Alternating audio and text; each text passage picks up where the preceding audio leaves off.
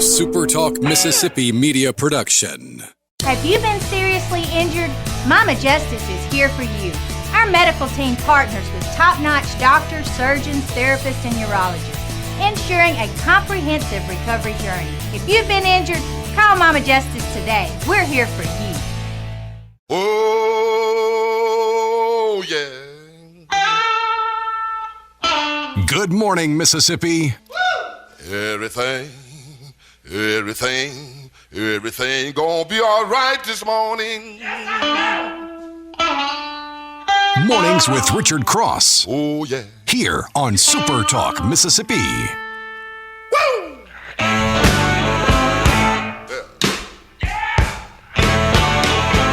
Now, when I was a young boy, at the age of 5, my mother said I was gonna be the greatest man alive. Good morning. But now I'm a man. Glad to have you along. It's Mornings with Richard Cross on SuperTalk Mississippi. We are on location today, all day long, in fact, from 6 o'clock just a couple of minutes ago until 6 o'clock this evening.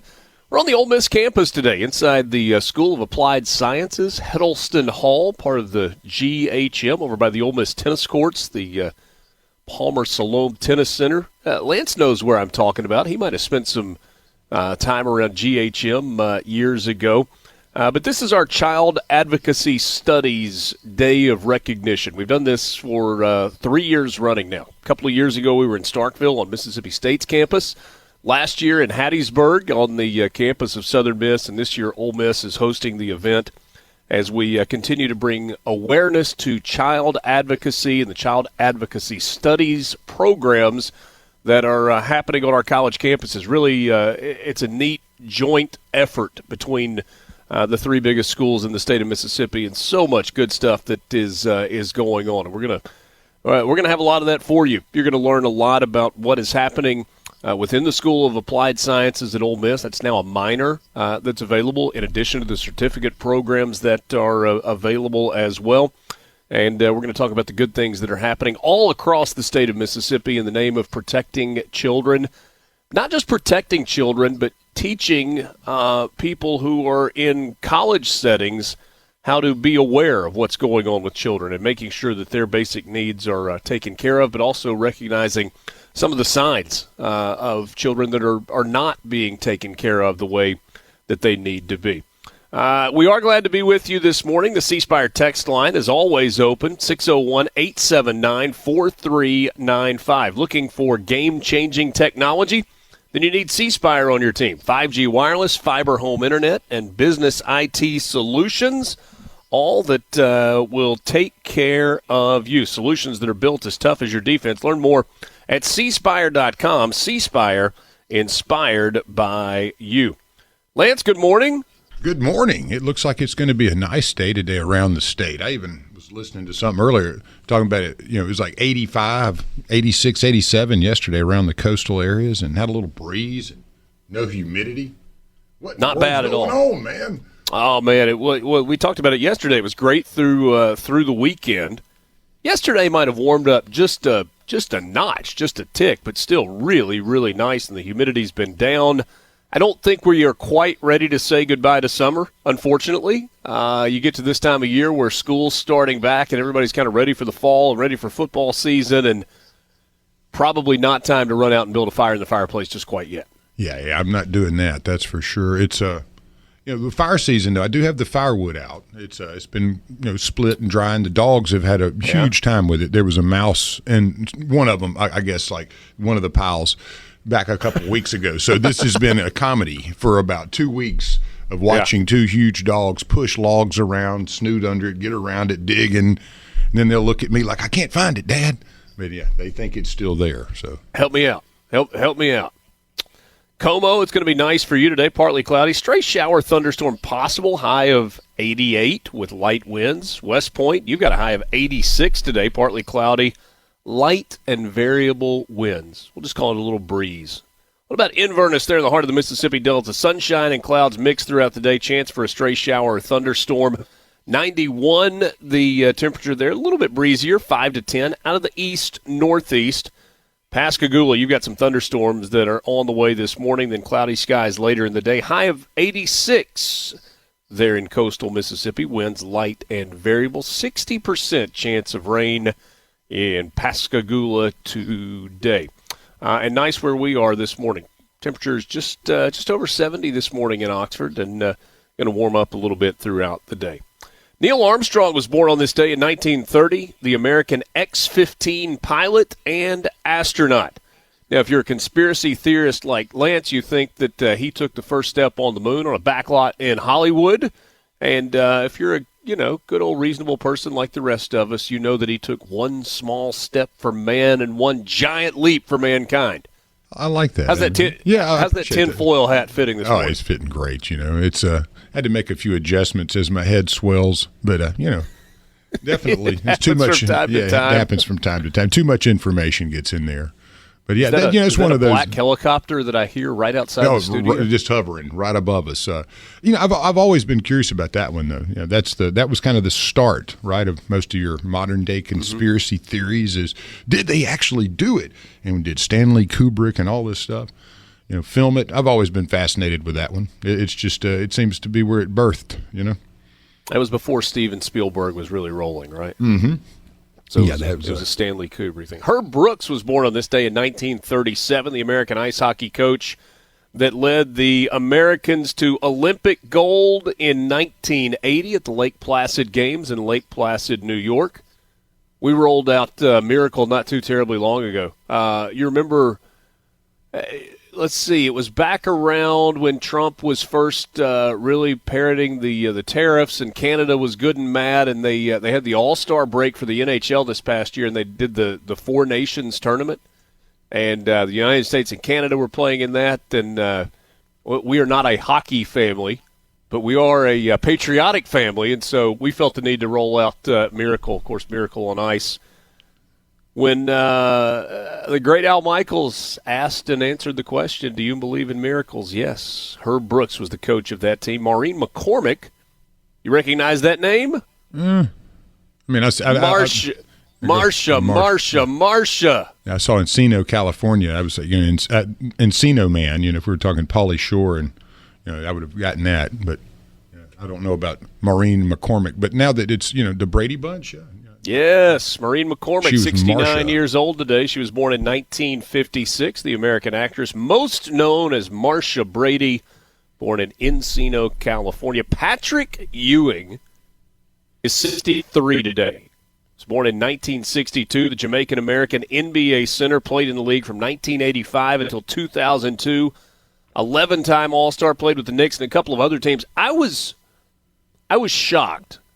There are a few websites and a few resources that I go to gather, some of the famous birthdays and some of the things that have happened on this day in history. And there was Patrick Ewing, and I was like, yeah, wait, what is he wearing? He was in a Sonics uniform. I'm like, who puts Patrick Ewing in a Sonics uniform, even if he played for them? That is Mr. Nick. Especially if you go back to those late 80s, early 90s teams with John Starks and Patrick Ewing and Spike Lee sitting courtside. He was a dude. Oh, yeah. National championship at Georgetown. I didn't know he was Jamaican, actually. Yeah, I remember him at Georgetown like it was yesterday, but I did not know he was Jamaican. Spent a little time, in fact, currently as the head coach at Georgetown. They have not been particularly good, but Georgetown has that issue. When you hire one of your greats and you roll the dice a bit on one of those greats being excellent at a job that they've never done before, although he was an assistant in the NBA. But we'll see how that ends up for him. Adam Yauch, born in 1964, probably, maybe you recognize that name, depending on how big of a music person you are. He was one of the original founders of the Beast. Well, that's kind of redundant, an original founder. He was one of the founders of the Beastie Boys. You got to fight for your right to party. Anyway, also a film guy as well. Yeah, I would say he was born in in a few 1964. Yeah. William Wallace was captured on this day in 1305. He was the Scottish resistance leader captured by the English near Glasgow and transported to London for trial and execution. tough way to go for William Wallace, but he was fighting the good fight. Abraham Lincoln gets high marks for his job as President of the United States, but he's also the one that was responsible for the first federal income tax being signed into law back in 1861. Thanks a lot for that, Abe. Signed the Revenue Act, introducing America's first federal income tax at 3% on incomes above $800. But you know, the more things change, the more they say they stay the same. They needed to raise money for a war. Well, it's funny. I'm curious how they actually enforce that. If you think about it, in the country at that time, you don't think they went out and just hired 80,000 new IRS officers? No, for $800 in income. Like, yeah, if you made $800, we need to get 3% of that. I can't imagine that they were actually out shaking folks down right out of the gate, but they sure do now. So. On this day in 1884, the cornerstone for the Statue of Liberty was laid on Bedloe's Island in New York City. In Cleveland, Ohio, you saw the installation of the first electric traffic signal, introducing red and green lights along with an audible buzzer for changing signals. On this day in 1962, Harry Houdini stayed in a coffin underwater for an hour and a half before finally escaping. How did he do it? No idea. Mornings with Richard Cross on SuperTalk Mississippi. Just getting started with you. Thanks for being with us as you start your Tuesday. You and me. That's getting there. That's getting there. That's getting more in.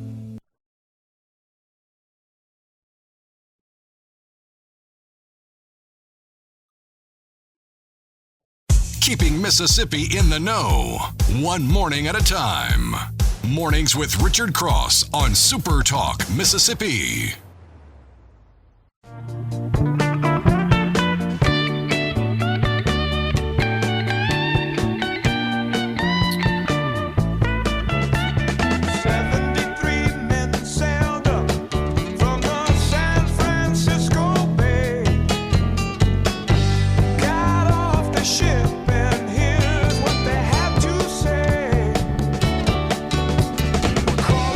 Morning to you. Glad to have you along for the ride on this Tuesday morning, the 5th of August. Richard Cross in with you. It's Mornings with Richard Cross on SuperTalk Mississippi. Lance, I feel like for June and July we didn't say a whole lot, as you get up, get the kids ready to go and get out the door. But that is happening across most of the state of Mississippi. The start of the school year has gotten sprint, yeah. Seemingly earlier and earlier. We had 2 of our 3 that started school yesterday, and man, the meetings and the activities, it's like there was no warming up period. It was like school starts, let's go, and it all got started at once. Thanks for being with us this morning, and good luck to you as you start the day with work and kids and all the things. How are the youngsters feeling about it? They like the setup? I know you said Obi did not have to go yesterday, so is today? No, he starts next Monday. Oh, okay. So he's not quite crunk up yet. Not quite there. Yeah. He's got football practice going on. So Frances had a great first day. Ava Montgomery, I think, had a pretty good first day. She was telling me about her schedule yesterday. She's in 10th grade and is taking AP Biology. Yeah, I was doing that. And she's like, I've got that first block. And what I wanted to say is, you do realize that your propensity to it might be too early to try and say that. Your propensity to procrastinate may be tested. That's what I was trying to say with AP Biology right out of the gate in the morning. Yeah, I loved AP Biology. I got to do a lot of cool projects. It was interesting. I hope that's how she feels about it as well. So, everybody's off to a good start.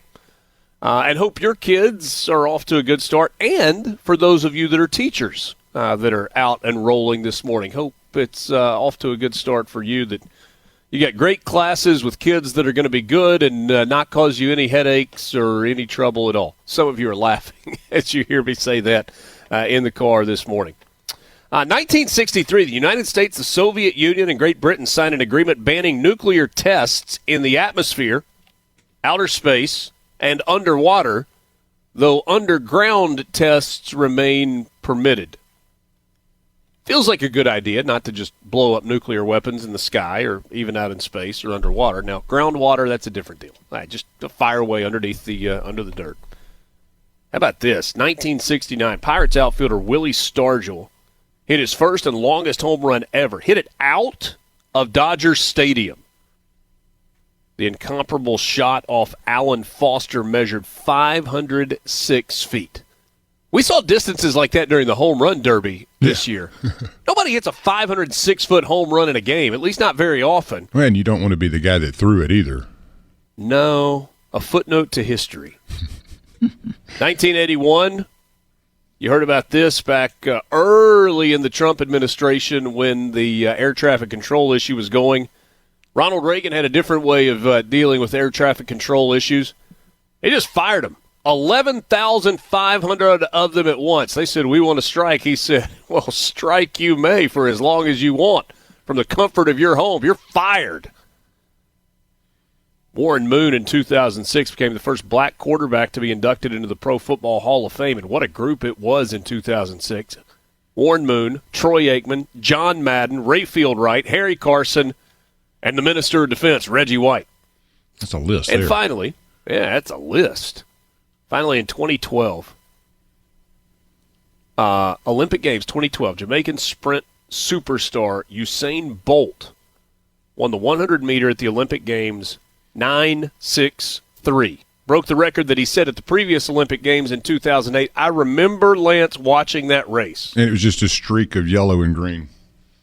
I mean, he was like the yellow and green flash, and it did not. I'm telling you, it did not look like he was running. No, he was just as hovering. Smooth and graceful and fast a stride as you've ever seen, but it was like poetry in motion. We're going to have to remember something like that. Today is what, the 5th? August 5th is Jamaica Day because you got Patrick Ewing and Usain Bolt today. So, yeah, I mean, he was something, man. That guy, I've never seen anything like him. I mean, as a non-runner, I mean, I can jog, and I thought I was fairly fleet of foot when playing football. But can you imagine that guy in the open field, like as a quarterback, you just say, hey, dude, take off and just throw it as far as you can. That guy's, ain't nobody catching him. I didn't make a note of this for the sports headlines. I probably should have, but there was, in the last, I think it was yesterday, track and field American Championships were happening out at Hayward Field in Eugene, Oregon. And they had the 800-meter. And, there were all the favorites, and you had this world champion and that world champion. There are a lot of different events where you can become a world champion, and obviously in different years. So all of these just top-shelf runners. And then there was this one young man who is a sophomore in high school, and he finished second in the United States Track and Field Championships 800-meter, and he finished second by a tenth of a second. 16 years old. Wow. It was like 127.41. I made the number up, but I'm close. And it was like the announcers for the race never talked about him until like the last, 20 meters of the race. They're like, whoa, here comes here's the Luxembourg, whatever his name was. But think 16 years old and you're already out there running with the big dogs like that? That's got to be, not he only made the American national team. Yeah, that's what I'm saying. I mean, give me a break, man. That guy is 16. You're top 2 fastest in the world, let's say. Yeah. Man. Yeah. The Mississippi Department of Public Safety announced yesterday that a joint operation at the end of July 29th, resulted in the arrests of Mark Bailey and William Claren at the Louisville Drew Airport. A search of the plane and a subsequent search of their residence reportedly connected to the duo in Drew resulted in 247 pounds of pot, nearly $300,000 in cash, and a couple of firearms being seized. Agencies who have helped in the ongoing investigation: Mississippi Bureau of Narcotics, Sunflower County Sheriff's Office, Winona Police Department.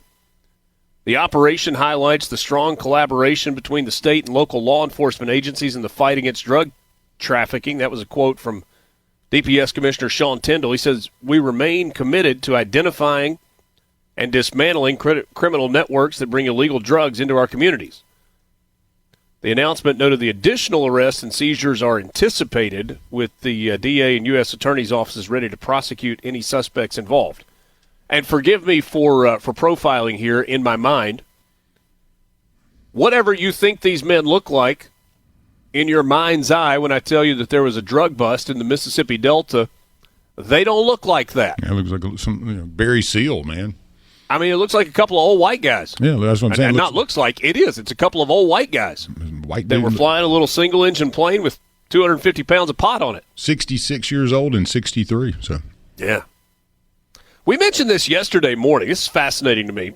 Former Tennessee football coach Derek Dooley announced yesterday his bid for the United States Senate in Georgia against Democratic incumbent John Ossoff. The 57-year-old Dooley, backed by the governor of Georgia, Brian Kemp, and Kemp is who people wanted to run for that seat. They thought the governor could not only win that seat, but win it with some ease.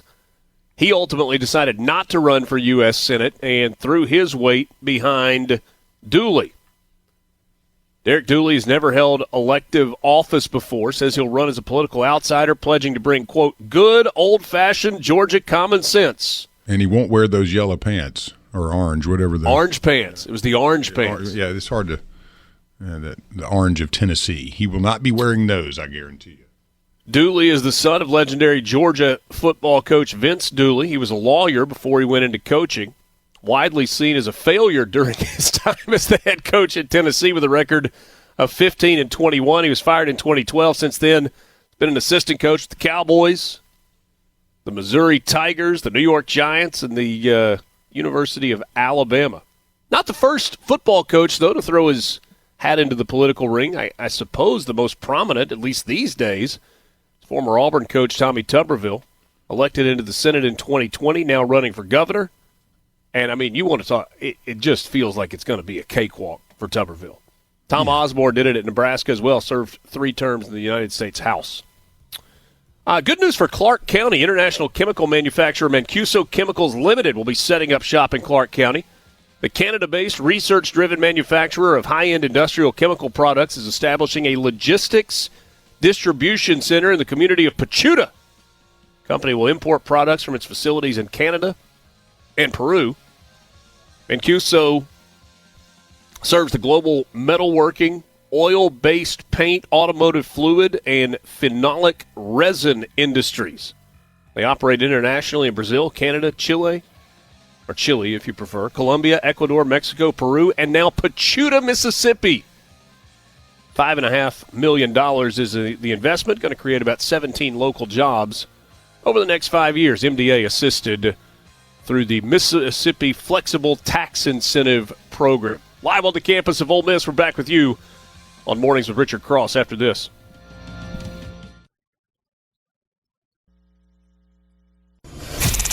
Know where the news is going next. Mornings with Richard Cross on SuperTalk Mississippi.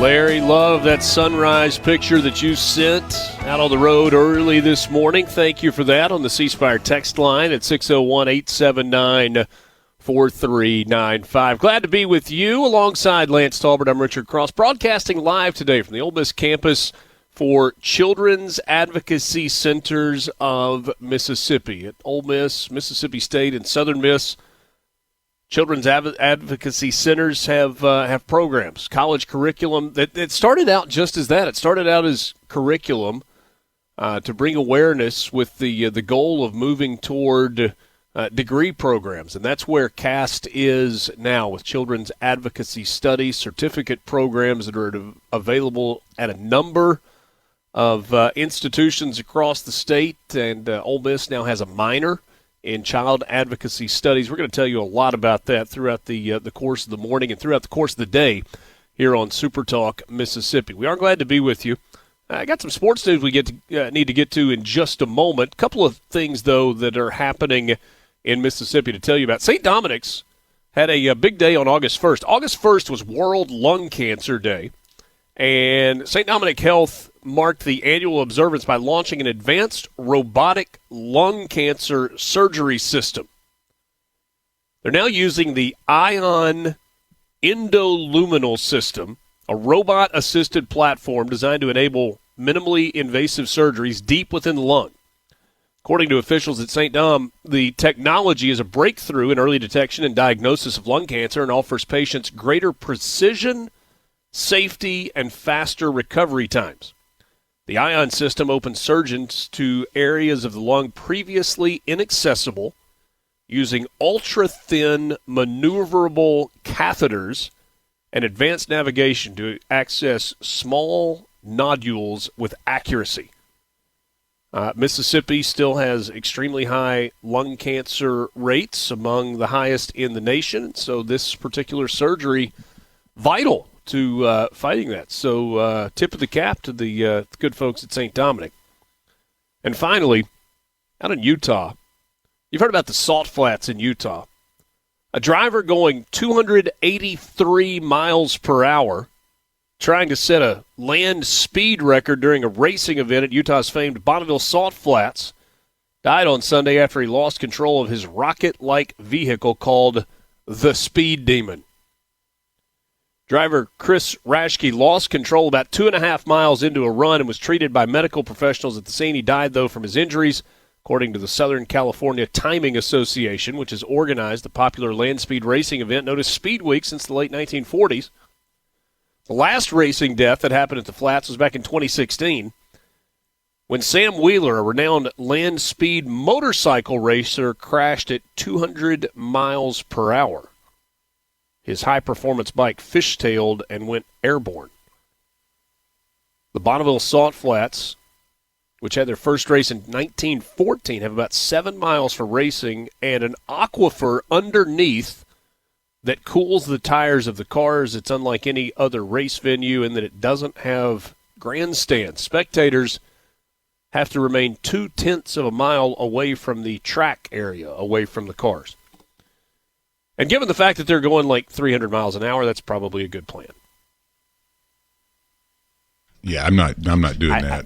I like going fast. I don't think I would like going that fast. On a motorcycle? No.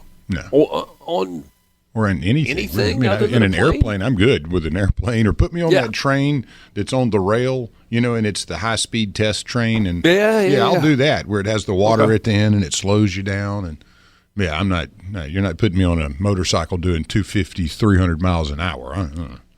I was fascinated, though, by an aquifer underneath that part of the salt flats that keeps the tires cool. That's there you go.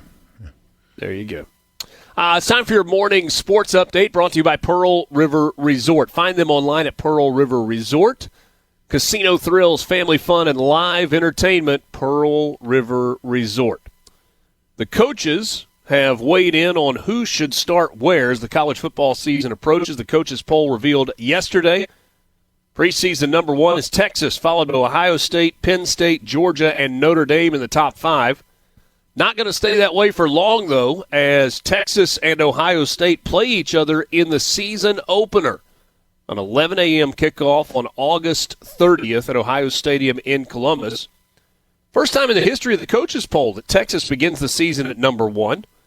Longhorns were picked to finish first by 28 of the 67 panelists. Ohio State got 20 first-place votes.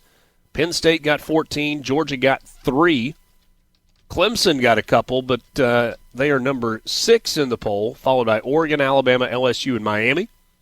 Ole Miss checks in at number 15. Other SEC teams that are ranked, you've got South Carolina at 13, Florida at 17, Tennessee at 18, Texas A&M at 21.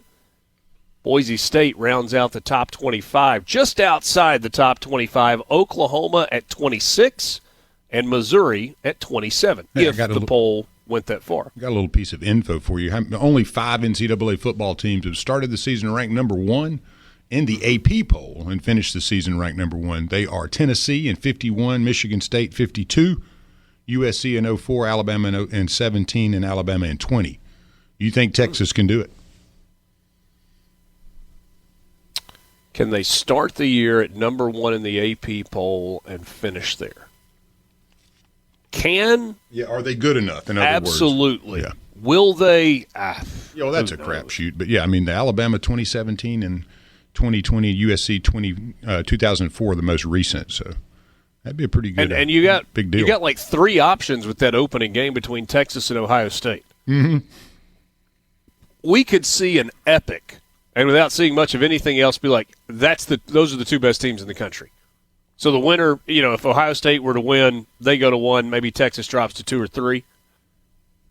You can see a blowout one way or the other. Texas wins big and Ohio State tumbles. Ohio State wins big and Texas tumbles. I tend to think close game is the more likely outcome, though. Yeah. So we will see. Little trivia here. What is the only state in the United States without a Division I school? Delaware. Wait, no, Delaware's got a D1 school. Hold on. Without a Division I school. Mm-hmm.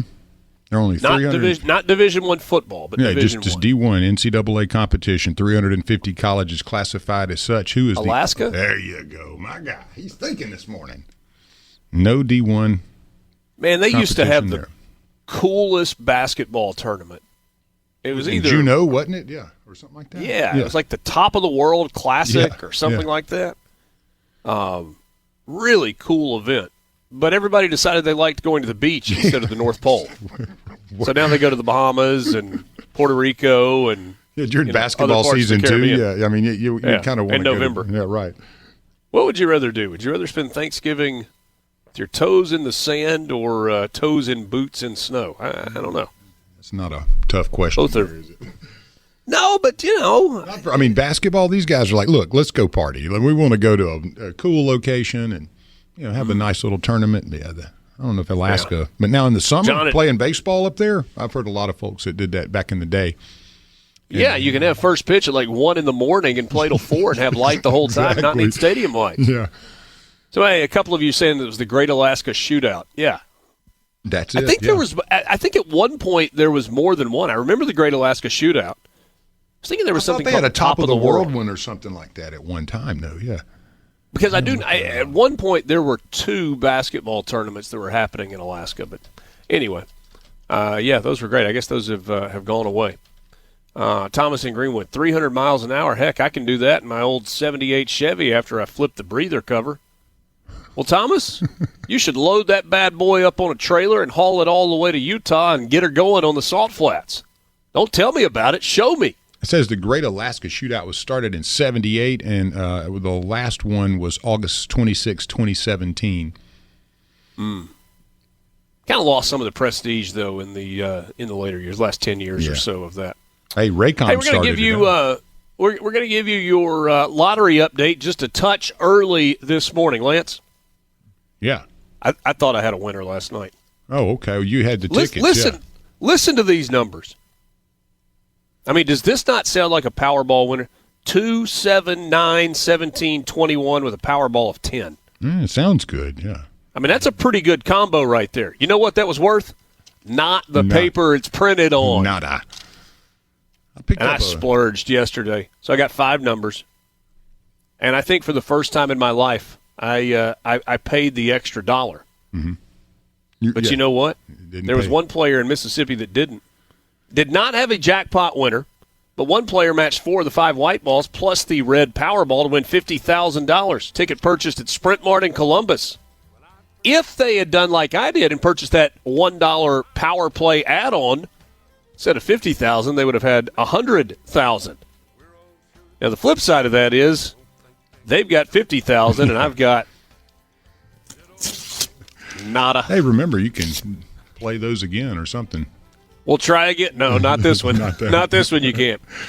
But I'll try again on Wednesday when the jackpot's $449 million, $203.9 million. That is the cash value. Those new tickets rolling out today as well. Cash on the spot, cruising the coast, break the bank. Get all of those at your local lottery retailers. And congrats to the Chula man that won nearly $78,000 on a Match 5 scratch-off. We're back with you after this, broadcasting live from Ole Miss.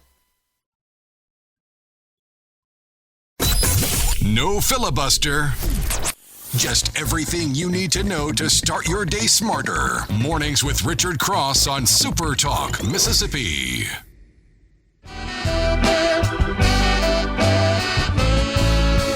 traveled all around, all across this country. Met a lot of people, made a lot of friends. She got the feeling of the swamp. Welcome again. Glad to be with you as we wrap up the 6 o'clock hour on this, what is today? Tuesday morning, the 5th of August. We're glad to be with you. Glad to have you along for the ride. We broadcast today from the Ole Miss campus, third consecutive year that we have been with you to talk about child advocacy studies in Starkville 2 years ago, last year in Hattiesburg, and this year Ole Miss hosting the event. Sheila Brand joins me now. She is the Chief Strategy and Operations Officer with Children's Advocacy Centers of Mississippi. Good morning to you. Good morning. Thanks for getting up early to start the day off. We were just talking during the break, and I feel like the growth that this program has had just in the last 3 years really is incredible. I remember 2 years ago we were in Starkville, and we were talking about certificate programs and trying to kind of get some minors off the ground in some places, and you've gotten to a point where we've now got 5 schools in the state of Mississippi that are offering minors in child advocacy studies.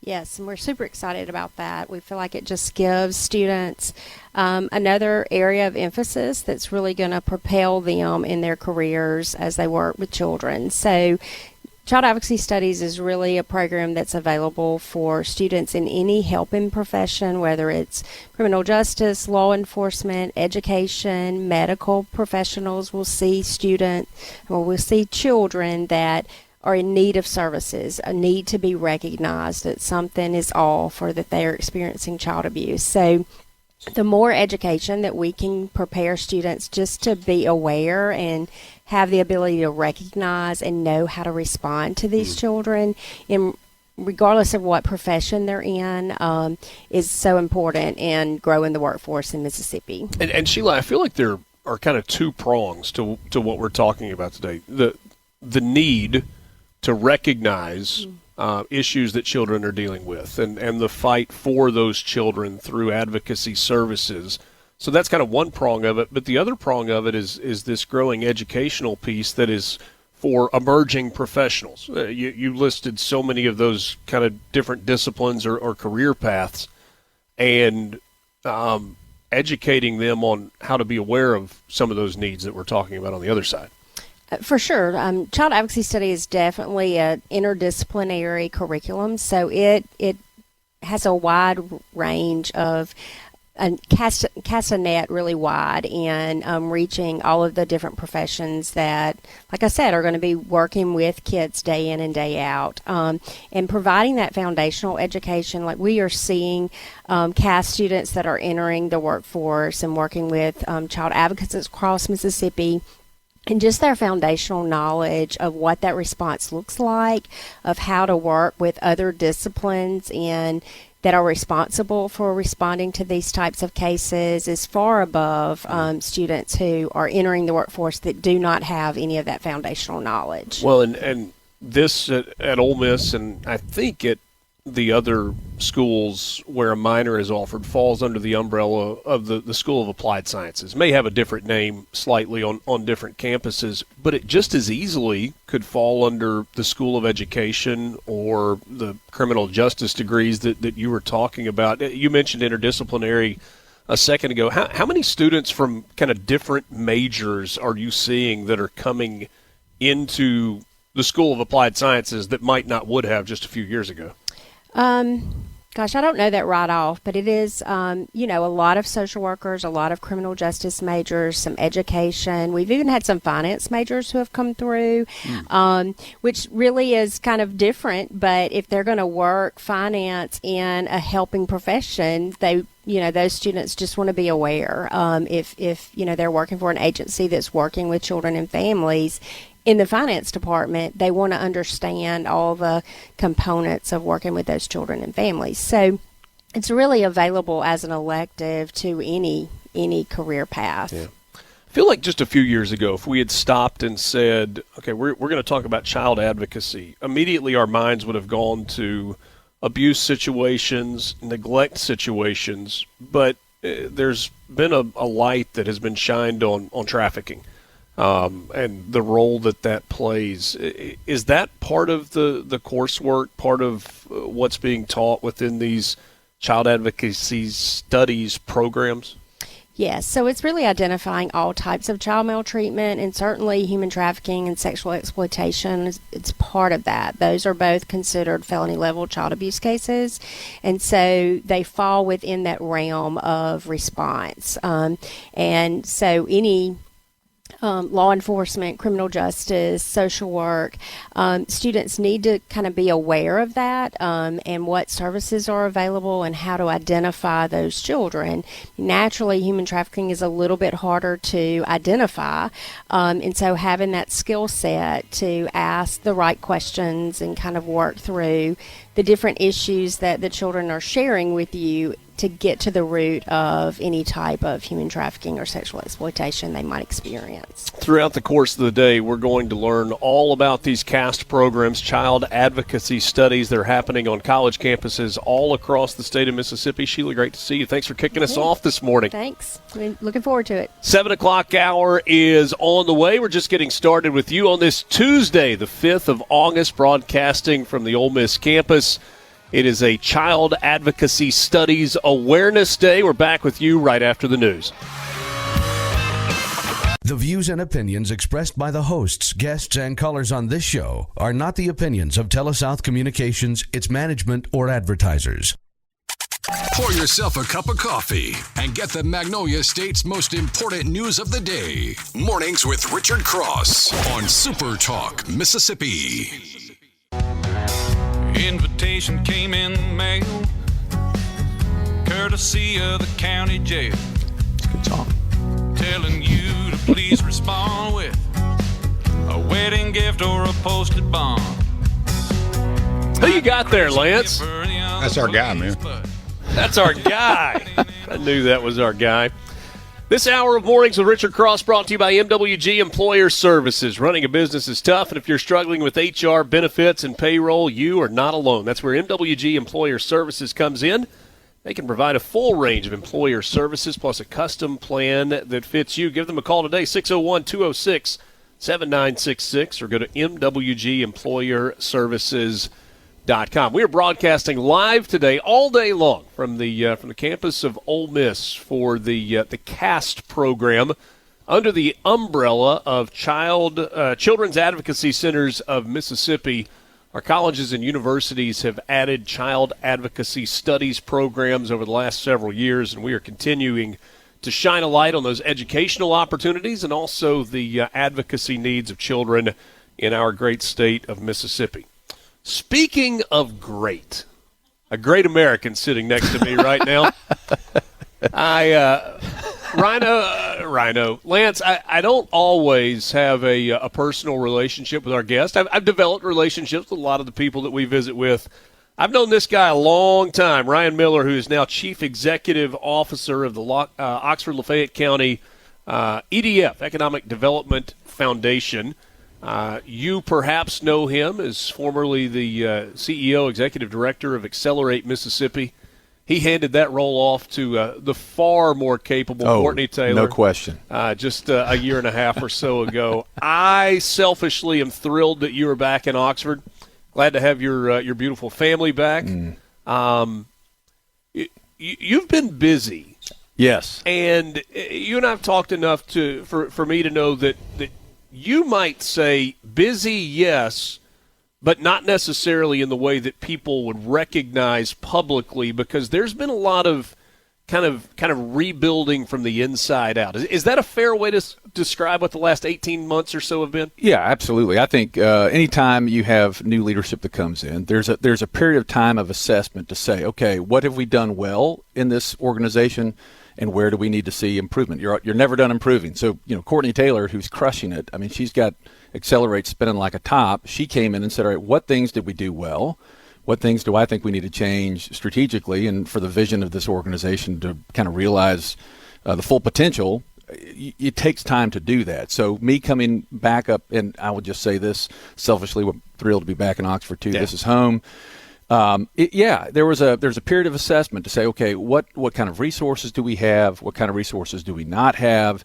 Where have we been successful in economic development in the truest definition? And then where have we not? And, oh, by the way, the markets are changing. The world is changing.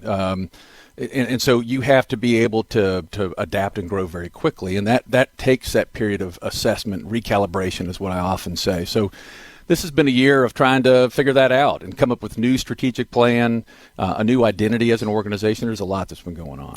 It's interesting to me in your role with Oxford and Lafayette County, there's so many things that people outside say that are attractive about Oxford. But a lot of the economic growth within this community is tied to Ole Miss. Sure. It's tied to athletics. It's people coming in for the weekend, people getting a second home, and yet for people to move to Oxford and for Oxford to continue to grow in the way that it has in recent years, there got to be jobs, and there got to be good jobs, and there got to be high-paying jobs, because this is not an inexpensive place to live. No, it is. It's not inexpensive. I can tell you, moving back after being gone for 3 years, something happened to the dirt of Lafayette County, where it's a little bit. No, I wanted to pay what I sold my house that for. was a little bit of a sober moment there for me. Oh, that's how much per acre. I got you. Okay. Yes, you're right. Absolutely. We know that in this community, we are unique. Every community can claim that they're unique and they've got their own special sauce, right? But a college town is a very different animal altogether. Folks in Starkville probably know this. I guarantee you they know it in Hattiesburg. Todd Jackson, Chad Newell down at ADP in Hattiesburg, they deal with us all the time. So much of your economic development strategy is going to be tied to the R1 research institution in your backyard. So when I say we have to do a whole assessment of what assets we have, it's not just the county and the city. We have to work with our partners at the university, say, okay, what research goals do you have? What technologies and what industries do you think we can commercialize some of the research into that attracts jobs that we know will pay above the median household income, which right now in Oxford and Lafayette County is probably between $45,000 and $47,000 a year.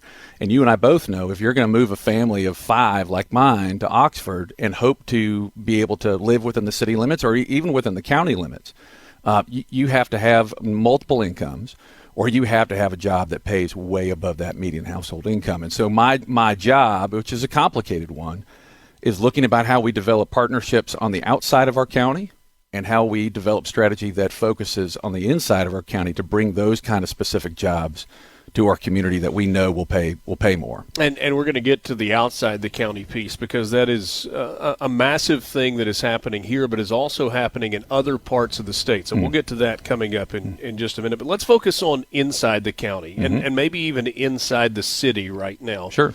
A thriving business community. But much of the business community is retail based, right, as opposed to manufacturing based. It's about delivering products for consumers, for people who live right here, as opposed to products for the writ large community, if you will. How do you balance those two things? Yeah, I really think you've got to develop, first of all, a clear vision as to what sectors you go after. Retail is a wonderful thing. We want to see that continue to grow. I still want to see young business owners, entrepreneurs create their businesses here and thrive. My chairwoman, Anne Marie Gordon, owner of Cicada, your bride has a retail shop on the square. These are businesses that we want to see grow and thrive for years and years to come. But it can't be the only arrow that we have in our quiver. Right now, the 3 largest employers in Lafayette County are the University of Mississippi, Olin Winchester, and Baptist Hospital. It's wonderful. But the 1,200 employees that work at Olin Winchester, I think that's probably close to what the numbers are now. 72% don't live in Lafayette County. They live on the peripheral. They drive in from Holly Springs. 72%. 72%, and I would argue that probably at Baptist, it's at least half live elsewhere. Now, we know some of that's because they have homes there. They have family there. They like living in Calhoun City. They love living in Bruce, and they're willing to make that drive. But a lot of them, if given the opportunity to live closer, would. So what we have to do is continue to have an environment that we can protect this unique retail experience that people come to Oxford for. They love coming to the square and eating there and shopping there. And even some of the retail shops that have grown up around the city, not even on the square, have provided a shopping experience that we want to see continue to grow. We want to protect that. But I also have to start looking at those markets that can come in and bring a balance to our portfolio. And retail is going to be one of those, small business development, entrepreneurism.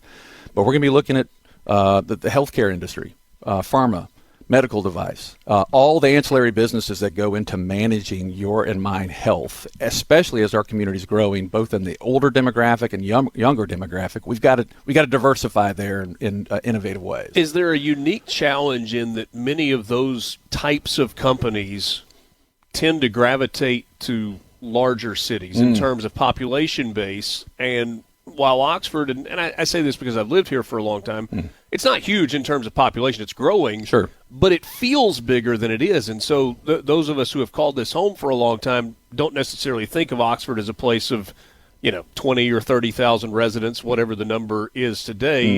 It feels more like a place with 150,000. Sure.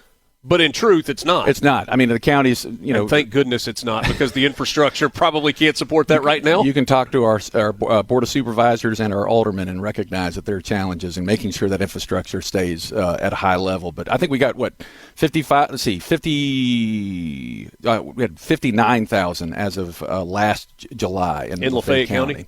We are one of the fastest growing counties in the state. You're still looking at DeSoto, Memphis kind of metro area. They still pull a lot of growth. The Gulf Coast down because of some of the major contracts that Bollinger and Ingalls have been able to bring in, and some of the other great assets that have been developed on the coast. There's population growth there, but everywhere else in the state of Mississippi, it's either flat or it's decline. So yes, you're right. There are companies that we want to go after that recognize, hey, we've got to be in an environment where we're guaranteed a high quality, highly educated workforce, but it also has a high quality of life, and we would define that as affordability, livability. There are things for families to do. It's low crime. It's all the things that Good real schools. estate is good. Fantastic. You and I were just talking about the fantastic schools, both in Lafayette and Oxford, but also in Regents and a private Christian school here. There are great opportunities there. Companies are looking at that. Companies actually see, if I'm 60 miles within a 60 to 70 mile drive of a major metropolitan area that has international airport, has rail, has access to water, we're willing to consider making that move if I can see a livability and quality of life go up for our workforce. They're starting to balance that a little bit. I have to go to the airport a lot. Yes. You travel a lot as well, and I've said to people, I'm like, yeah, it takes me an hour to get to the airport, and I make 3 right turns, and I'm there. That's right. If I were in Atlanta and the traffic weren't perfect, it might take me longer to And get you might to. only live 30 miles away from that airport. That's exactly right. All right, so that's kind of a snapshot of the internal piece of this. What about external, outside the county? We'll talk about that with Ryan Miller, CEO of the Oxford-Lafayette County EDF, coming up next as we broadcast live today from the Ole Miss campus. Shaping Mississippi politics each morning. Mornings with Richard Cross. Super Talk Mississippi.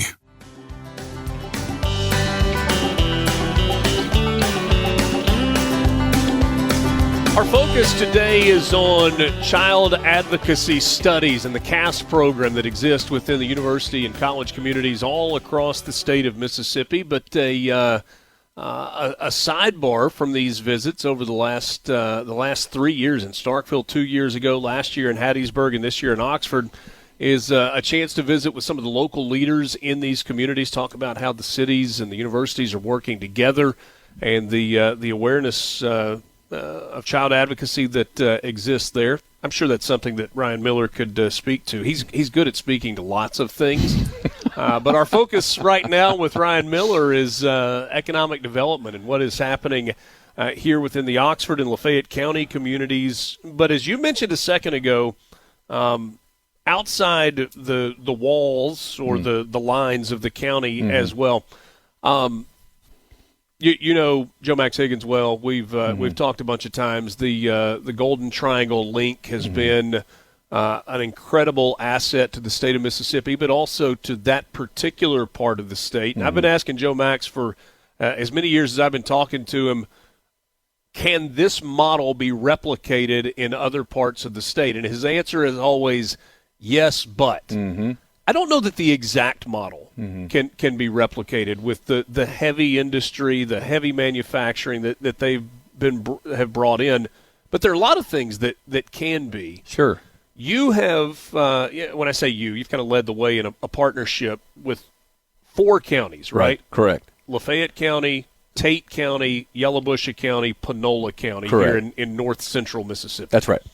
Tell me more about that. Yeah, so when you look at, of course. That's pretty broad, by the way. Just tell me more. Tell me more. Tell it all the things. So first of all, Joe Max does an amazing job in his neck of the woods, and I think he would tell you yes, but so much of what his success has been focused on is preparation. Mm-hmm. I mean, he would tell you that none of that happened overnight. The deals that they landed and the companies that they brought in, that's years and years of preparation, both in terms of infrastructure, in developing trust and relationships with multiple county leaderships. Now, the difference with him is that he's one economic developer over those multiple counties. Yeah. So he serves them. And so in our construct, that's not what we have. We've got 4 independent economic developers who have agreed that a collective approach to landing large-scale projects is probably in our best interest. Richard, I can't go out and attract a 2,000-employee project to Lafayette County in Oxford for a number of reasons. We don't have the population density. I don't have geography necessarily that's large enough to, right now, that I have access to,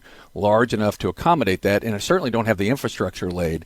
That takes years of preparation. And we got to start now. If we want to start seeing larger projects just in our neck of the woods, we got to start now preparing for that. Now, a regional approach allows us to pool our assets together. Panola County has a lot of great flat land. It's already flat, so much cost in the dirt work and infrastructure comes from topography. Mm-hmm. Tate County has some great parcels of land, and they've also got rail access. We don't. We have a railroad that's old. We've got great access to highways and byways, but we don't have certain assets that they do. And Yallabusha would say the same. We've got some great resources that they don't have.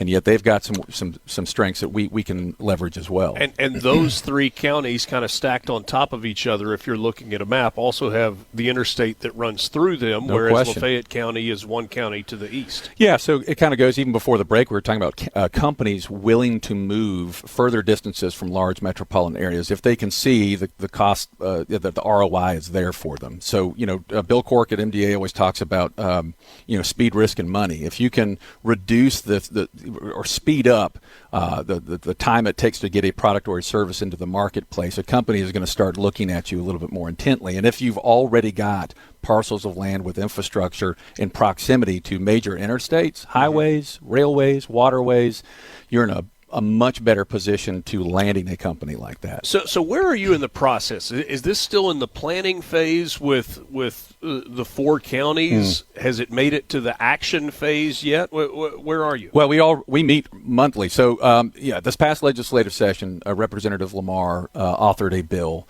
in his Ways and Means Committee, House Bill 1897, that gave life to a North Mississippi Regional Alliance, and it's kind of a generic name as of right now. We're coming up with a catchier name. Yeah. Joe Max got the link. That's a cool name. We want to come up with a cool name. Okay. But we meet monthly now. Anna Cardona, Joe Azar, Kagan Coughlin, myself, and members of our respective county leadership. We get together every month via Zoom call. It is very much a preliminary kind of establishing bylaws, ground rules, ideas, because not every project that comes, even a large-scale project, is a good fit for us. We want to make sure that collectively, if we're going after a large-scale super project, as it were, that it's one that fits into the population density that we have and the kinds of ancillary businesses we already have that might be suppliers to them. It's interesting you say that. Bill Cork told me last Thursday, I guess it was, at the Neshoba County Fair that, we talk about all the wins for economic development for the state of Mississippi. He said there are some projects that we say no to because they're too expensive. Oh, yeah. And he talked about an auto manufacturing plant that landed in South Carolina. He said they bid $3 billion more than we were willing to pay for that, and so there's strategy in that as well, right? Oh, absolutely. I was at that table when we were making the final pitch to that company. It was between us and South Carolina. And when South Carolina wrote a check that our state leadership said we can't in good conscience tie up the people's money at that level because our math isn't playing out that return on investment. Either it's not mathing. And you've got a governor he's pretty good at math, and Bill Cork is too. So, that was a project we were really excited about. But yes, they say no to projects if it doesn't check certain boxes that they think are in the best interest of the state. And as a regional alliance, that's exactly what we're going to do as well. All right. So what does that look like going forward in terms of types of projects? Sure. So, I think that's where we're still... Because you're not in the bidding phase yet on projects. No, well, there are projects that we have entertained. There are projects that have come to the table that we have... And really the way this works is if one of us or multiples of us catch wind of a project that's been introduced to us that we think is more of an alliance project other than a Yalobusha or Lafayette individually, we bring that to the table and say, look, gang, here's a project. We think that the acres that they need are X. They would need to be on rail. They need to be no more than 65 miles away from you name the resource that they need to have in close proximity, whether it's a supplier or an airport or a port, river port. We think this is a good project, and maybe it's automotive, maybe it's a medical device. There's a lot of medical device in Memphis that they're growing and expanding. Healthcare technologies are growing and expanding, but they're also looking to spread further out from their epicenter there. And those are the kinds of things, large scale, that we'd be going after as an alliance. And the benefit individually to the counties is this. If a large-scale manufacturer moves into a Panola or Tate, usually with big companies like that, you've got tier 1, 2, 3 suppliers that all move with the mothership. So they want to be in close proximity. And that puts, let's just say hypothetically, the company came to Panola, Yalobusha and Lafayette stand a real chance of landing some really good jobs, not 2,000, but maybe 500. And that's through subsidiaries. Subsidiaries, yeah. So just suppliers to whatever they do. Complementary companies. Yeah, and like say if it's medical device, you're going to have R&D groups that want to be in close proximity to that. Years ago, I worked for about a year at FNC, which is now has been bought by CoreLogic, and Bill Robyn was one of 4 founders of that company. He was the CEO, and I remember vividly him saying that he wanted Oxford one day to be a smaller version of Austin, Texas, in terms of kind of a technology hub. Sure. We know about Silicon Valley, we know about Austin, we know about Huntsville, Alabama, and some other places that have been able to attract those types of businesses. But what about that within this region? Well, I would say within this region, no question. I will selfishly say, and I don't think any of my partners in the alliance would argue with me, that Oxford stands to be the best chance for an epicenter like that here. Just, again, because we've got this fabulous research institution. But we've already seen some of those companies. So FNC is a great example. Unbelievable, innovative thinkers here on campus had an idea. They took it off campus. They grew it into an amazing business that now is, world recognized in fintech.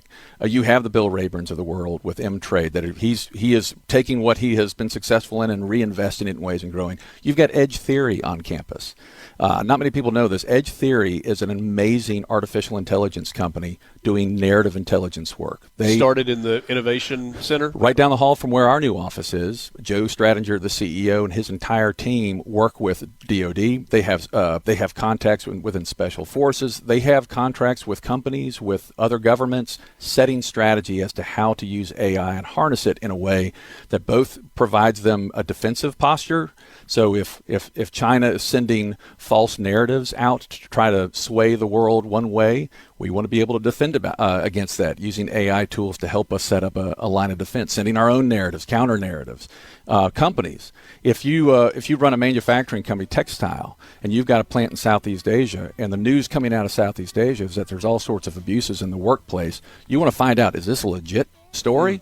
Is this not factual? Is this something that's being a seed that's being planted to try to undermine your company, or to sow seeds of discord in your your native land? Then we've got to combat against that. That's what Edge Theory is doing here, and that's an example of the kinds of companies that we could bring in and really have that kind of Austin feel to it.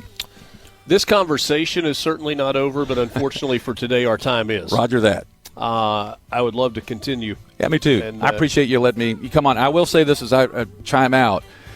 This is an amazing child advocacy group, and a healthier child denotes a healthier family, denotes a healthier workforce. So I can't thank you enough for what these people do here. He plays the guitar, too. Ryan Miller with the Economic Development Foundation in Lafayette County. Yeah. This segment of Mornings with Richard Cross is brought to you by Covington County Hospital in Collins, where your health matters. Mornings with Richard Cross, here on SuperTalk Mississippi. What else? And always on the SuperTalk app. Whatever brought you and me cannot be forgotten. Busy couple of weeks, busy few weeks in SuperTalk Mississippi Radio Land. We're on the campus of Ole Miss today to focus on the Child Advocacy Studies program that has grown at Ole Miss and Children's Advocacy Centers of Mississippi.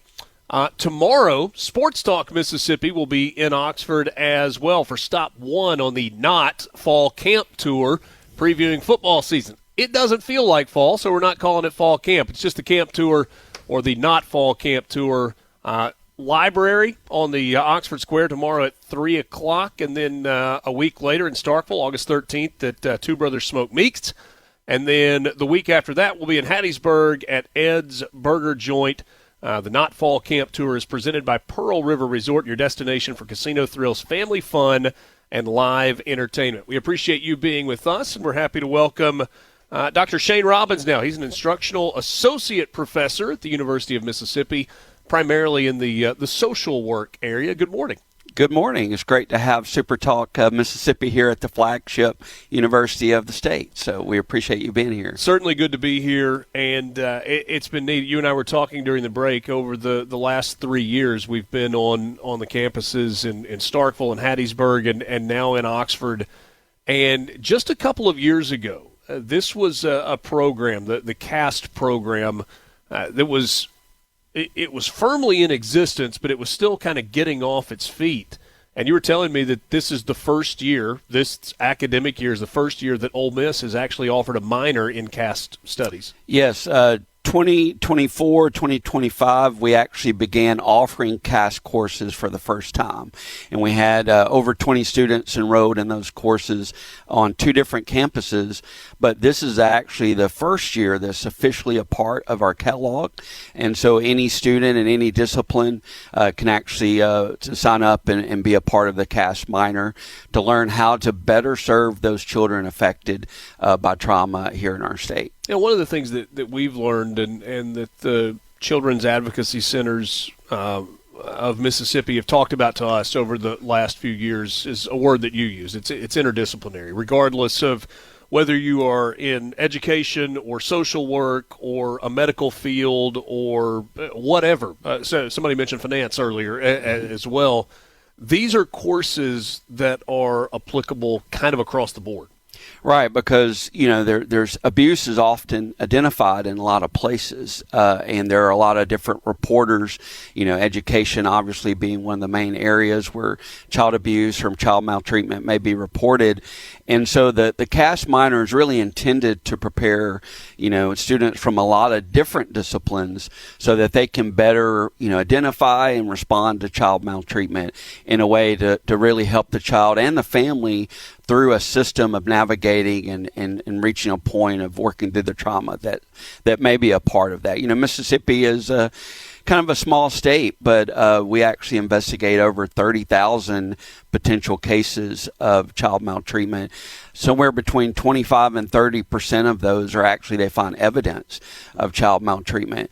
And so the Child Advocacy Studies program is really to prepare, you know, students from a variety of disciplines to better respond to those types of cases, to help the children through those situations. You know, you kind of touched on it. I feel like through the work that we've done with Palmer Home for Children, the partnership that we've had with Sally Kate Winters Family Services in West Point, that West Point Columbus area, I think the light has been shined a little bit brighter on what you just referenced, the fact that there is far more abuse than any of us want to believe, or maltreatment, I think was the word that you used when it comes to children. There's a whole lot more of it out there. It's heartbreaking. It's heart-wrenching. But if you bury your head in the sand, not only are you doing a disservice to those children, you're just, I don't know, I feel like you're neglecting the needs of those that are most vulnerable. Exactly. And, you know, I'm a Mississippi resident, obviously, but I also have grown up in Mississippi. And it is one of those things we really don't want to acknowledge a lot of times, but it is an unfortunate reality. And to better help the children or state, those who are most vulnerable, it was really this effort, this child advocacy studies minor, to really help prepare those students while they're in college, so they are better aware of the realities that are going on in our own communities, can really be more equipped to identify potential victims of child abuse, neglect, maltreatment, and then respond in a way to really help the child through those situations, help the family through those situations. And what's unique about this program and about these classes is, you're not just sitting there listening to a lecturer or an instructor. There are a lot of experiential activities that we take students through in these classes, because we want them to learn, what it's like to be identified with some of those characteristics that children are often faced with, how to identify those, how to investigate and walk through a potential child maltreatment case, and really give them an opportunity in a classroom to miss some things and make some mistakes, so that they are prepared when they enter into the workforce to better identify and work through those cases. So I'm gonna ask Dr. Czech, Dr. Daniel Czech, who's the dean of the School of Applied Sciences, when we talk in a little while about the process of creating a new program within the department, because I don't think that's something that happens overnight. But I'd love for you to speak a little bit, if you don't mind, to the curriculum within this minor, this child advocacy studies minor that is now under the umbrella of Applied Sciences. What are the classes? What are the students going to be learning that then becomes practical and applicable for them moving forward? Yeah, like you said, it doesn't happen overnight. It was actually a process of a few years of developing the curriculum for this minor and the different CAS classes. We use a lot of the curriculum and ideas from the Zero Abuse Project, which is a national project to develop curriculum for first responders to better be equipped for these types of cases. And myself and another colleague, we really wrote the syllabi. We went through our curriculum committees here. And so it was a lengthy process, but now we have a minor on our catalog where students who are in education, social work, criminal justice, or really any major can apply for this minor and actually, be able to, in the classroom, work through case simulations with children, hear abuse stories that were really designed to help train them to better identify and respond to child maltreatment. And a number of us actually went through some training through Project Forecast to be equipped to provide simulations to students. And we actually, the Child Advocacy Center has a simulation lab in Jackson that they offer, different students from colleges and schools around the state. But we actually have a lab in Tupelo campus at our Tupelo Center that we developed as part of this new minor, because we want students to know what it's like to knock on the door, to be greeted with a family, to go into a home and actually look in the home, in that environment, and notice some of the signs, potential symptoms of child maltreatment. And so that's a big part of this, is the experiential learning piece that students will get when they take a CAS class. So it's like any minor, it's 12 hours, but 2 of those required classes are child advocacy studies classes that are more experiential based for them to work through these cases and learn hands-on. Within a university community, there are some majors and even minors where the future job market is a little cloudy. Like you're like, okay, I've got this degree. Now what do I do? I feel like this is one where there is a pretty clear path on a lot of career options. Does that make sense? I mean, if you've got an applied sciences degree, that whether it's social work or some of the other areas, and a minor in child advocacy studies, there are some very clear opportunities for future career, right? I've actually used that same, talk with students about if you choose this minor, then it's going to not only equip you, it's actually a great marketing part of telling your future employers, I'm better prepared to serve the children either at the school system or in this agency because I've had these classes, I've had some hands-on training. Richard, one of the things that I do in the summers is I help coordinate our internships for social work students in our Tupelo Center. And in those students who took some of those CAS classes in the fall and this past spring, they've all said, those classes helped prepare me for what I, encountered in this internship. Which is kind of the ultimate goal. Right, exactly. In fact, I had one student, and I think she's going to be on with you later this afternoon, who said, I don't know if I could have done this without some of these CAS experiences because it really was a challenge to encounter some of these situations. That's what success looks like. We're talking about child advocacy studies and the Children's Advocacy Centers of Mississippi. Dr. Shane Robbins, thanks so much for your time. Absolutely. It's great to be here. More with you after this.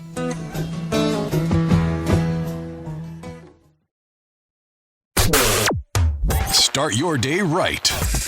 Mornings with Richard Cross on SuperTalk Mississippi.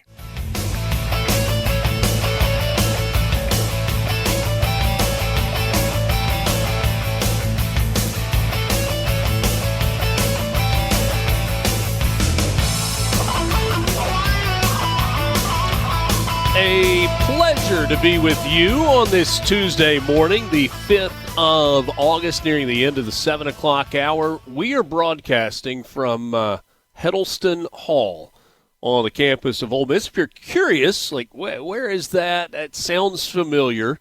Behind the Ole Miss tennis complex, the Palmer Salome tennis. So if you go out the front door of Heddleston, you're in that cluster of Garland, Heddleston, and Mays, GHM. Lance, do you vaguely remember that from your time on campus? Yeah, But I was in Bishop mostly. You know where tennis was. Oh, yeah, I knew. I would go over and take my dog over there and get a bunch of free tennis balls. Free tennis balls. That's a great plan. And then you got fraternity row on the other side of that. So that's where we are today. For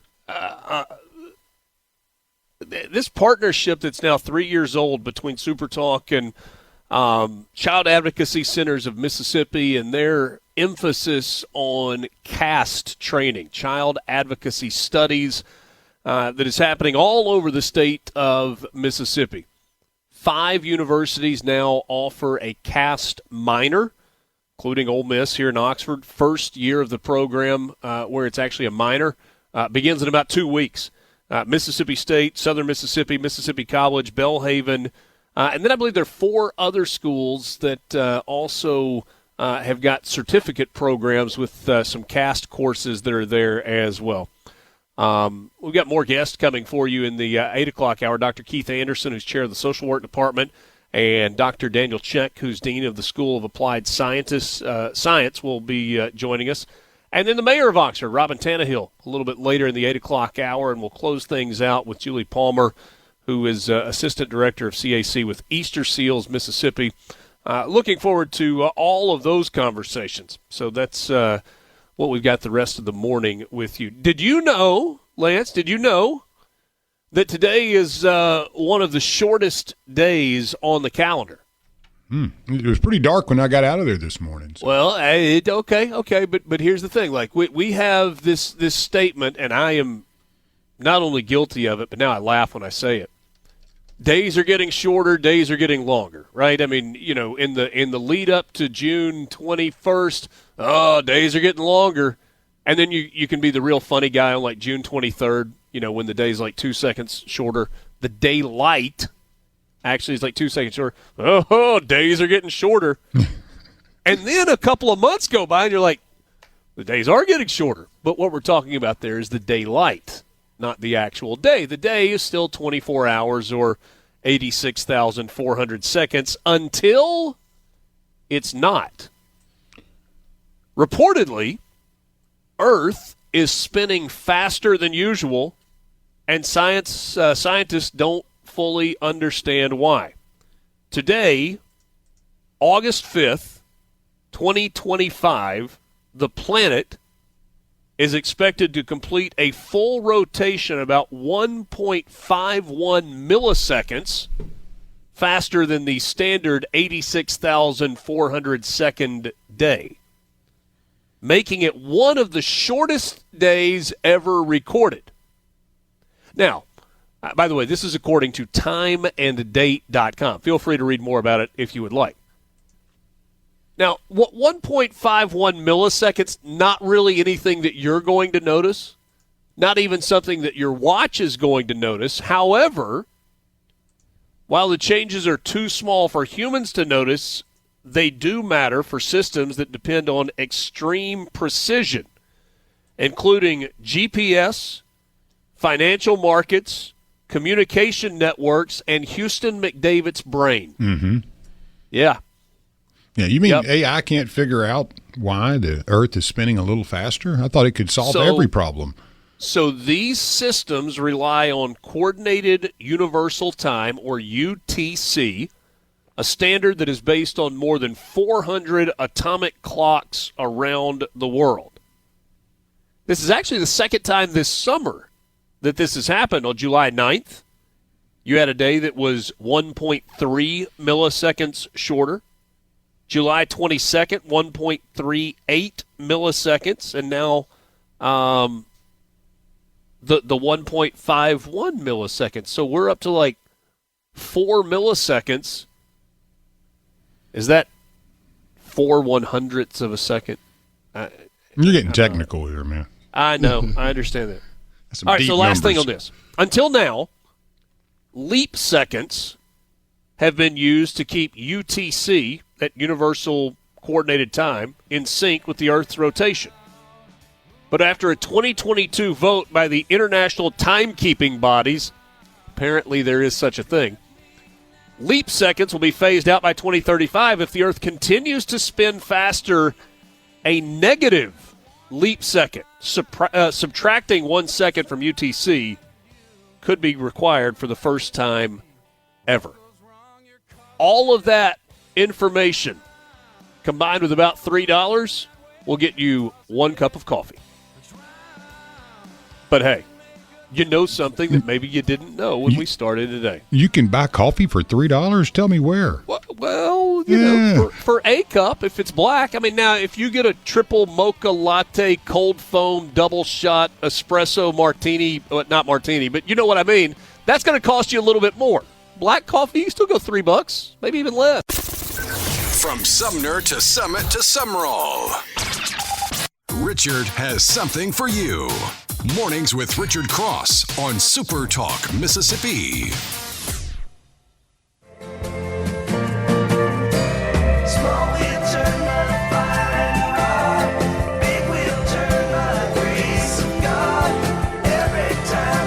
Thanks for being with us as we roll into the 8 o'clock hour on this Tuesday morning, the 5th of August, nearing the start of a new school year on college campuses. Most of the high schools and elementary schools have now started August 5th. I mean, of course you've started school at that point. Who wouldn't do that?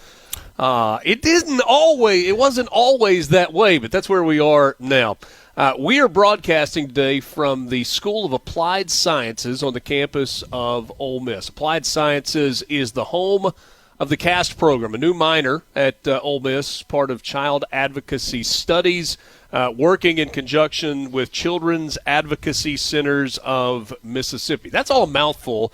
We're going to try to explain some of what that means. Got a couple of guests to bring to you as we begin the 8 o'clock hour. By the way, Lance in the studio, I'm Richard Cross. We're glad to be with you. Dr. Daniel Czech is Dean of the School of Applied Sciences here at Ole Miss, and Dr. Keith Anderson is chair of the Social Work Department. Good morning to both of you. Great to see you. Good morning. It's great to be here. Good morning. Dr. Anderson, you were not here quite as early as Dr. Czech. The grand entrance that he made, walked in, pep in his step, smile on his face, and I said, that man has had multiple cups of coffee already. He was shot out of a cannon this morning. Is it like that every day? We try. At 4:45, I open the YMCA here in Oxford and get my workout in, and by 7 o'clock, 8 o'clock, I'm ready to roll. I would say so. That is outstanding. You and I get up about the same time. I just don't make it to the gym quite that early. So, Dr. Czech, let's start with you. This is the first year for the minor for Cass within the School of Applied Sciences. I am fascinated when you roll out a new degree program or a new minor, because that's not something that just happens overnight. Walk us through the process over the last few years to get to this point with the start of this academic year. Well, to start off, I'm in my first month. And so I arrived. Well, welcome in June, aboard. And but the beautiful thing about Where were you before? I was in Kentucky. Okay. And so the beautiful thing about seeing this program from where I started here is the notion that it's truly transformative, and it's transformative because it's across the state. It's inter-institutional, but it's also interdisciplinary. Yeah. And so someone from my perspective who's brand new, coming from Kentucky, where this wasn't necessarily promoted, I'm proud to be part of this. I'm proud to be part of a school that promotes the CAS program. What I am also passionate about is that man right there, in regards to the connections and the passion that he has for social work, the CAS program, as well as making sure that our students from all disciplines learn about child advocacy. And Keith, you've been here longer than a month, right? Yes, I have. just a little bit. Just wanted to make sure I wasn't wading into the super shallow waters. The development of this. I've mentioned this a couple of times. May have listeners that are new or just getting in the car on the way to work this morning. But we started doing these events 3 years ago. We were in Starkville for the first day, kind of focusing on child advocacy studies. Last year in Hattiesburg and on campus. And I feel like I've gotten a window into the development of this program and the growth in a short period of time. From your perspective, watching this grow, how important is this work, and what has the process been like? Well, it's critical, particularly in a state like Mississippi, with the history that we've had and some of the challenges that we've had with the child welfare system.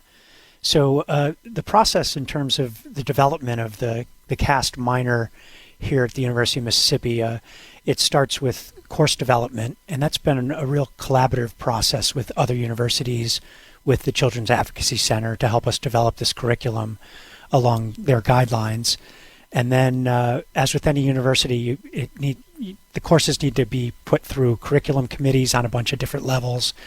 And then finally, the CAST minor made it to the course catalog, which is kind of the gold standard for launching any minor.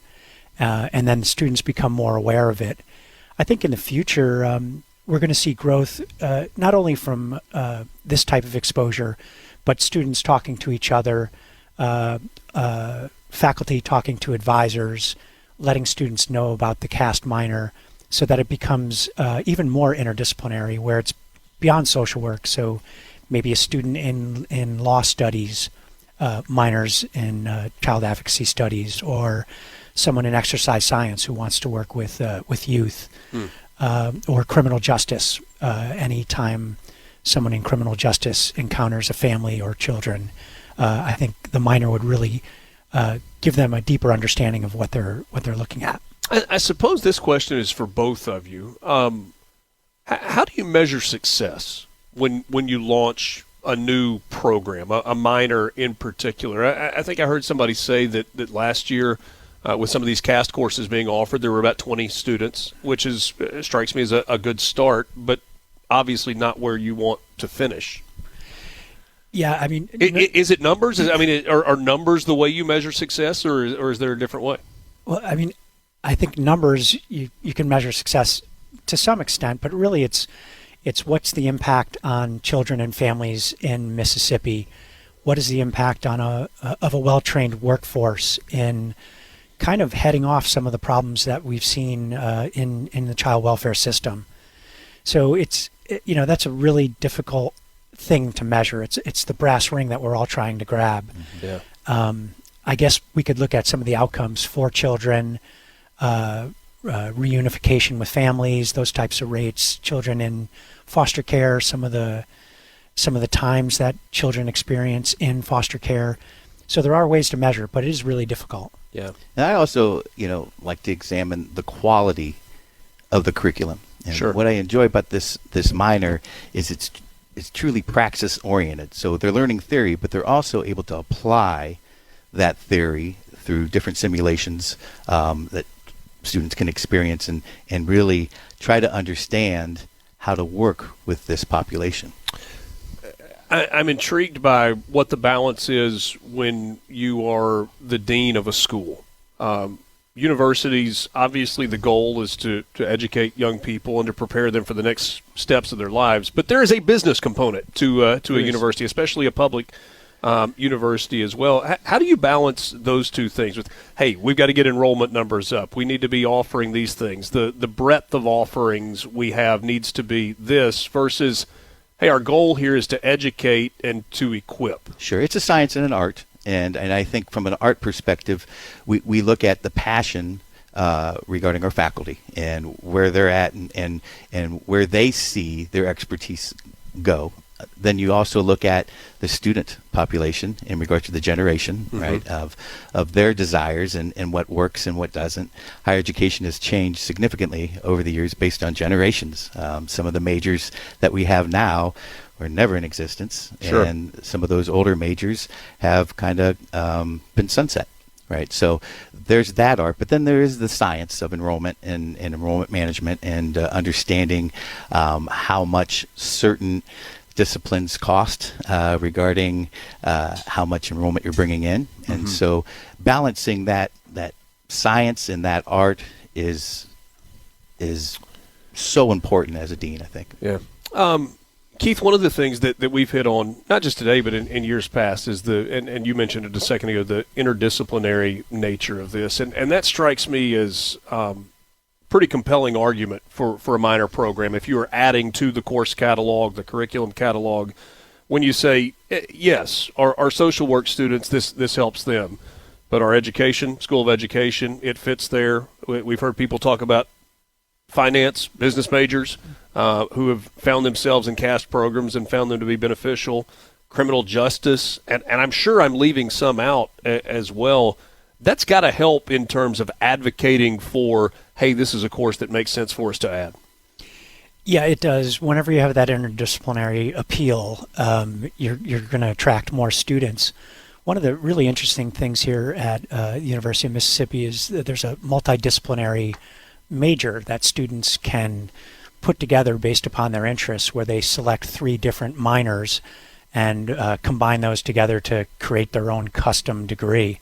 And I think the CAST minor is one of those really attractive pieces. So you might have someone have the CAST minor, a minor in social work, and a minor in law studies, and they've built themselves a degree that's custom made for them to either go into the workforce or go on to grad school. So the interdisciplinary aspect of it is really important, and I think a lot of the majors and disciplines are finding that interdisciplinary and interprofessional training is compulsory for accreditation.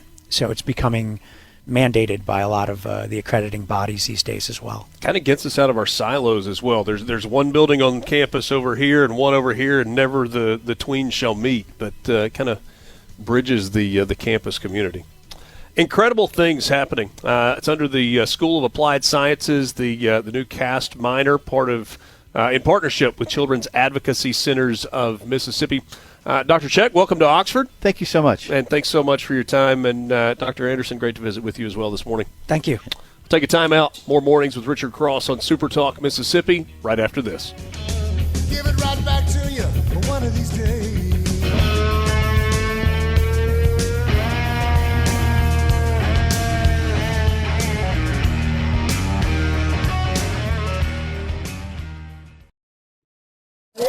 Morning, partner. The sun is up, the coffee is on, and you're starting your day right. Mornings with Richard Cross here on Super Talk Mississippi.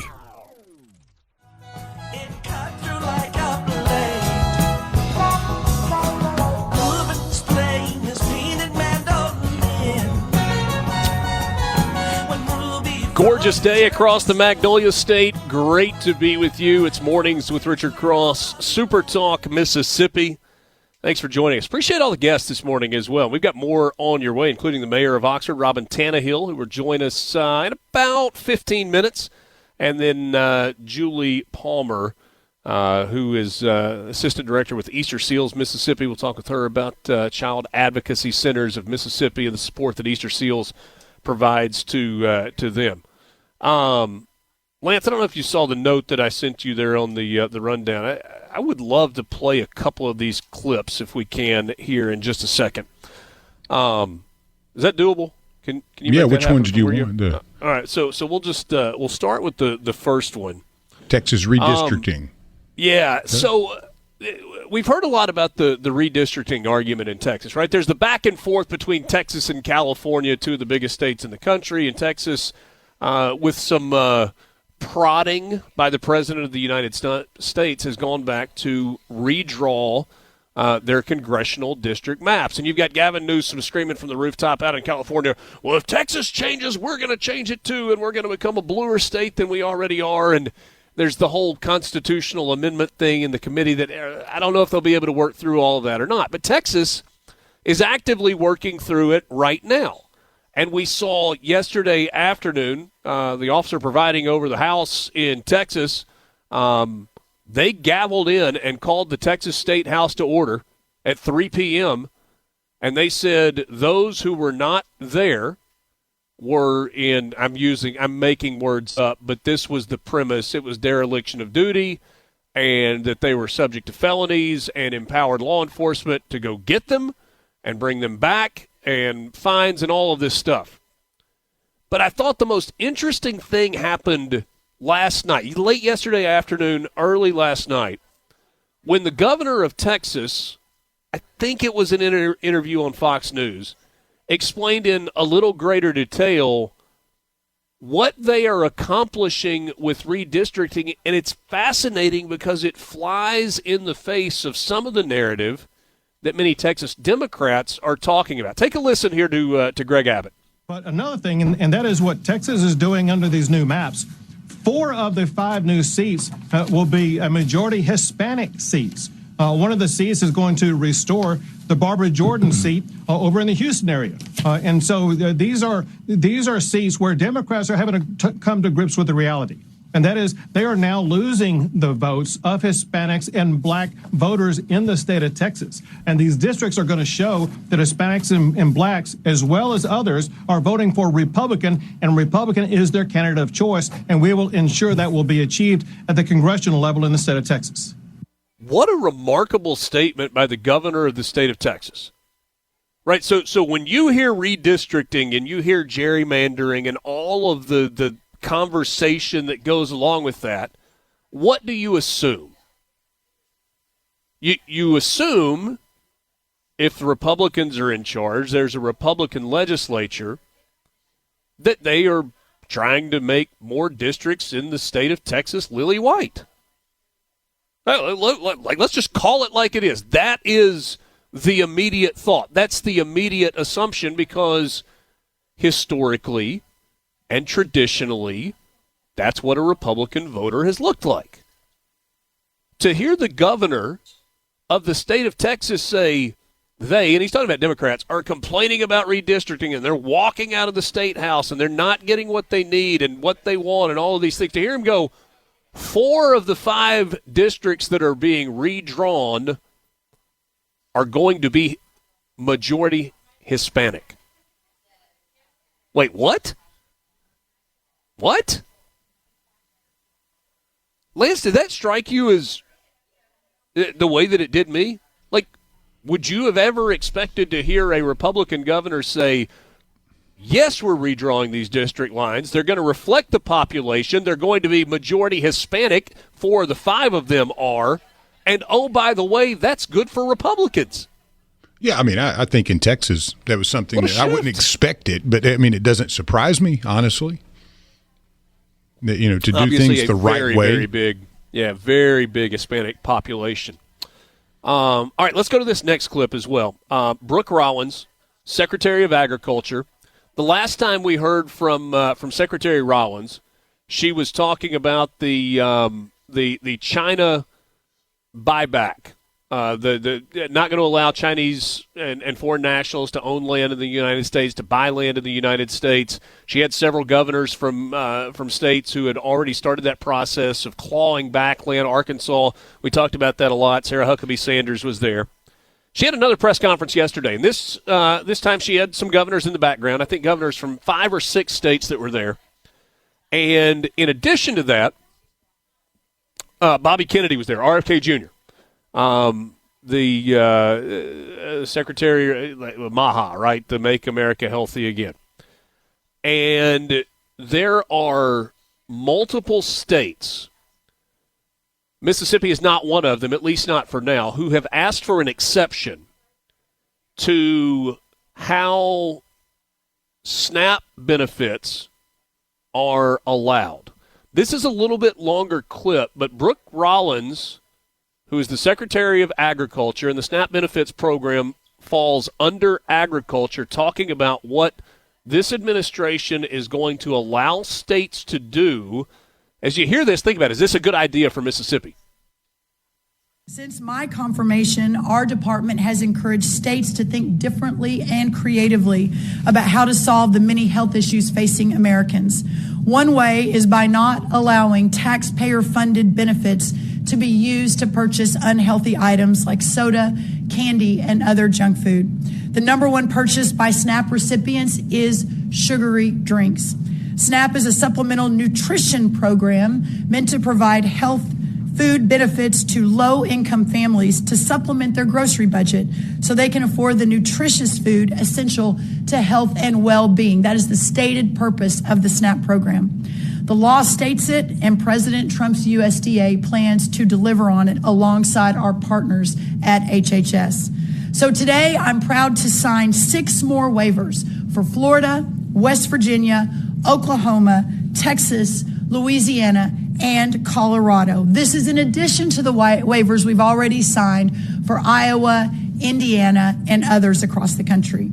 I continue to encourage states to be laboratories of innovation. Think through how you can promote healthy families and healthy communities. All right, Lance, we can stop it there. And because of Wow. So in the state of Mississippi, we have seen, and we've talked about it over and over, ad nauseum. We have seen what many have described as impossible become reality. And it happened in the education space, right? The Mississippi Miracle, the elevated test scores. If you had asked 5 years ago, certainly 10 years ago, anybody from any of the 49 states, can you imagine a scenario where Mississippi, Mississippi, Mississippi, thank God for Mississippi. We've heard that before. If you had asked anybody from the other 49 states, can the state of Mississippi take its education ranking across the board and elevate it from 50 to top 15? You would have been laughed at for just how ludicrous a question that was. Lance, do you concur on that? If 10 years ago... Oh, definitely. You don't even have to frame it. Yeah. Hey, can Mississippi move from 50 into the top 15 in terms of education outcomes? Yeah, you don't even have to frame that one. I'm in. Yeah, and no one would have believed that. What kind of an idiot or what a stupid question. Brings to mind, hey, there's no such thing as a stupid question, only stupid people that ask questions. And you might have framed it that way. So, let's take another impossible scenario. Health outcomes. Mississippi, basically 50th. There's the occasional 48th, 49th, 50th. So I'm just going to ask the question right now. Is there a scenario where Mississippi, in terms of health outcomes, could go from the very bottom into the mid-range numbers? Let's say top 25 in terms of health outcomes. Now, some people might say, well, Richard, now you quit preaching and gone to meddling. That's what they say about preachers sometimes, and when you step on toes a little bit. But what about this announcement? What if, with the number of SNAP recipients that exist in Mississippi and rely on that on a daily basis, weekly basis, monthly basis to either offset or fully cover their grocery bill. What if Mississippi sought one of these waivers and said, hey, we want to eliminate the junk food. We want to eliminate the sugary drinks. We want to eliminate the stuff that is not healthy for you, for us, from the SNAP program, the way Florida, West Virginia, Oklahoma, Texas, Louisiana, Colorado, Iowa, and Indiana have done and are now doing with the blessing of Brooke Rollins of the Department of Agriculture? Could you see a similar outcome? Could health outcomes in Mississippi do what education outcomes have done? It feels like a long shot, but is it impossible? Because the education piece was impossible. Remember, we couldn't do that. And then we did. Maybe worth thinking about. Mayor of Oxford, Robyn Tannehill, joins us next. It's Mornings with Richard Cross on Super Talk, Mississippi. No matter where you're from, Abbeville, Batesville, D'Iberville, or any other ville in the SIP, you're starting your day off right. Mornings with Richard Cross. Super Talk, Mississippi.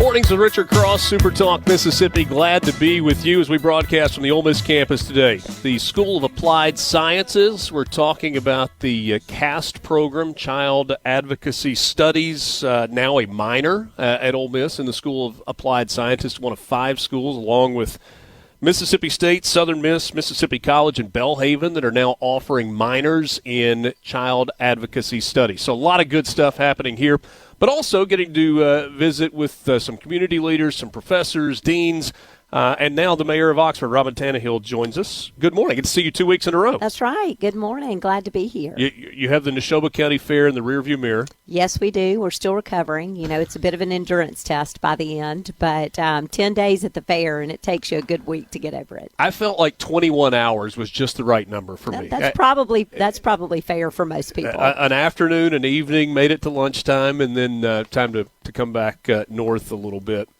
I was thinking about this with regard to our conversation. There was it's kind of an observation. You tell me if I'm way off base or maybe so. There was a time where people used kind of an old-timey phrase, town and gown.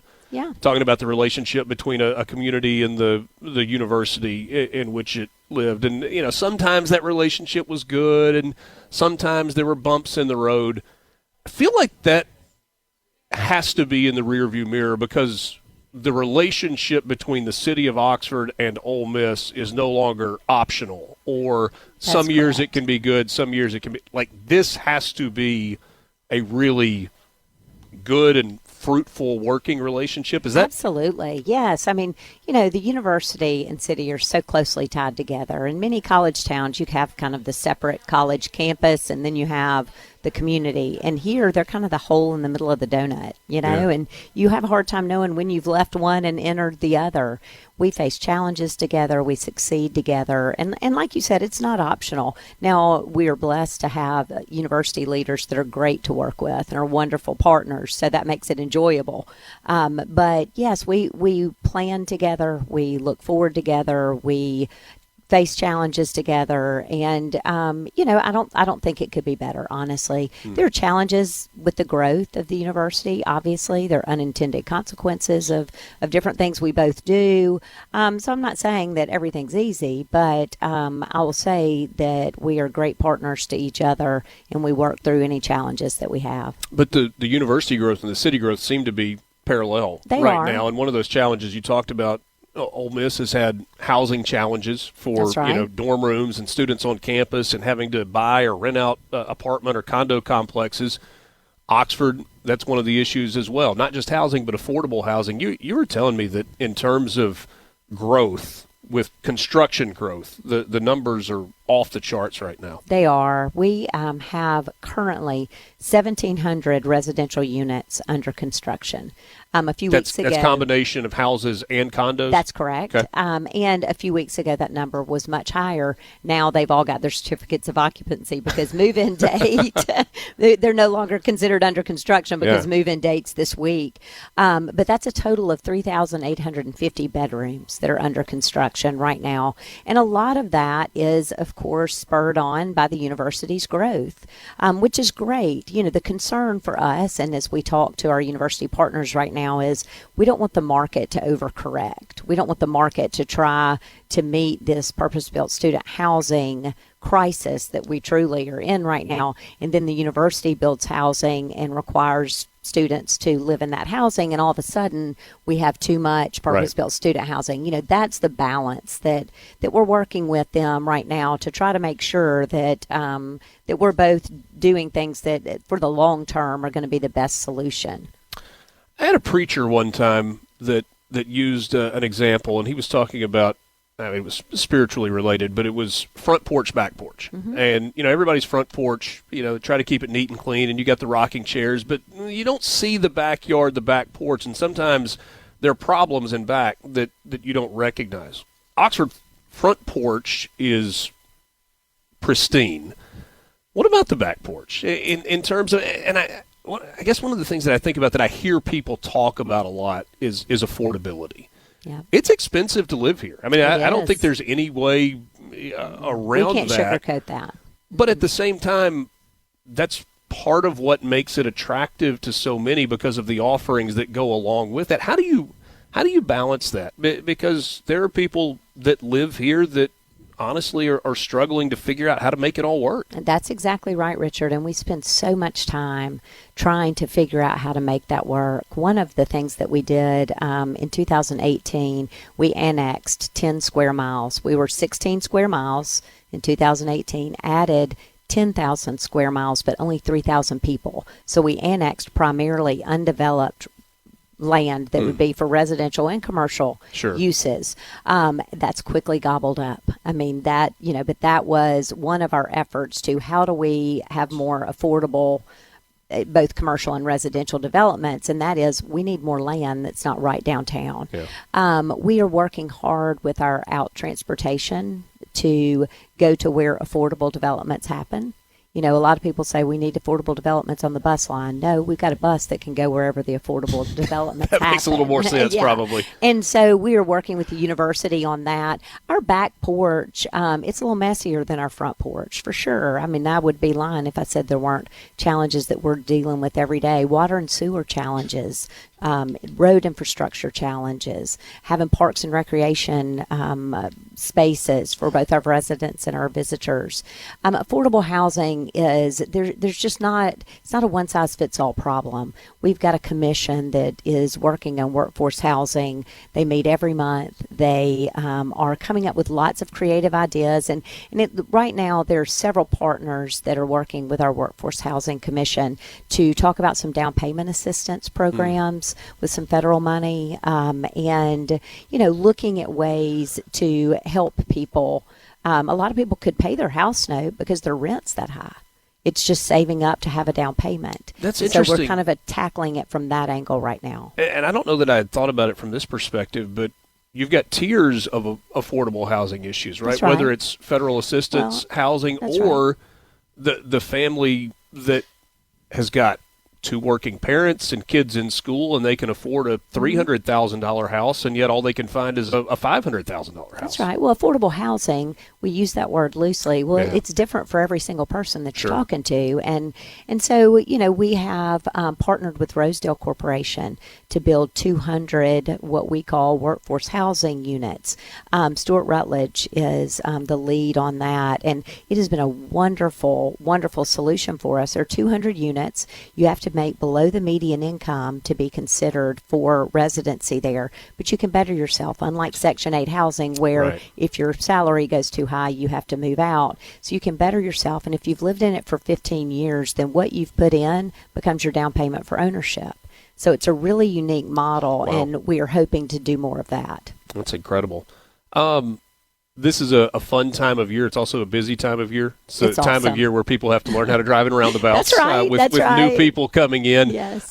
Big influx of students. There is an energy to the fall in a college town that's hard to match. There just is. I always say you get, thousands of 18-year-olds who think they've got the world by the tail. Good and bad all right. at the same Exactly. time. Well, a lot of our job is to protect them from themselves, Sure. So, but it just brings a new energy level, a new group of parents that are experiencing Oxford and the Ole Miss experience for the first time. And it's great. Now, again, like you said, are there going to be traffic issues? Of course there are. There always are. There are going to be parking issues. Yes, there are going to be parking issues. We desperately need another parking garage downtown and are looking at ways to fund that now. But, the good so outweighs the bad. Sure. We've got such good problems in Oxford, Mississippi. Two quick ones as we wrap up. In Okay. terms of where the city of Oxford is fiscally, good shape right now? Great shape. Great shape. Oxford, our property values keep increasing. Mhm. So as we're not increasing taxes, obviously what we're getting in ad valorem taxes is increasing just Right. because property values continue to increase. We're seeing our sales tax numbers climb, not at the rate we did the past couple of years, but still Sure. we're seeing an increase there. And in our food and beverage tax, which allows us to do the extra things, Ryan Miller was on with us earlier, now the CEO of the Oxford-Lafayette County EDF. A lot of experience in a lot of areas. This multi-county partnership with Tate, Yellowbush, Panola, what is the city's role in terms of encouraging that and looking forward to some of the things they're working on? Well, I think that's what economic development looks like for Lafayette County, with an unemployment rate of hovering below 3%. Attracting large manufacturing is just not a realistic goal for us. We are, though, trying to attract businesses with much higher payrolls. Many people in Oxford are underemployed, not unemployed, and I believe that the partnership with those different counties is gonna help us do that. Always appreciate your time. Great catching up. Thank you. Good to see you. Robyn Tannehill, mayor of the city of Oxford. That's where we are today. In fact, on the Ole Miss campus, talking about child advocacy studies and working with Children's Advocacy Centers of Mississippi. We'll wrap it up with you coming up next. Mornings with Richard Cross, SuperTalk, Mississippi.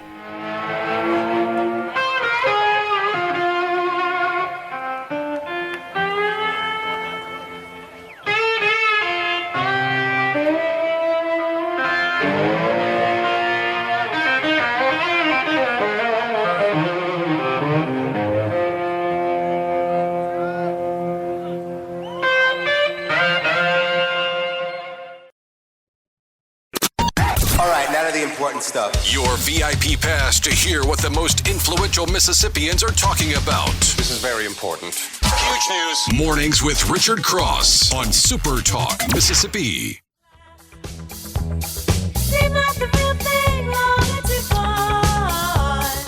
The end of our time this morning is near on Mornings with Richard Cross. Glad to be with you. Lance in the studio.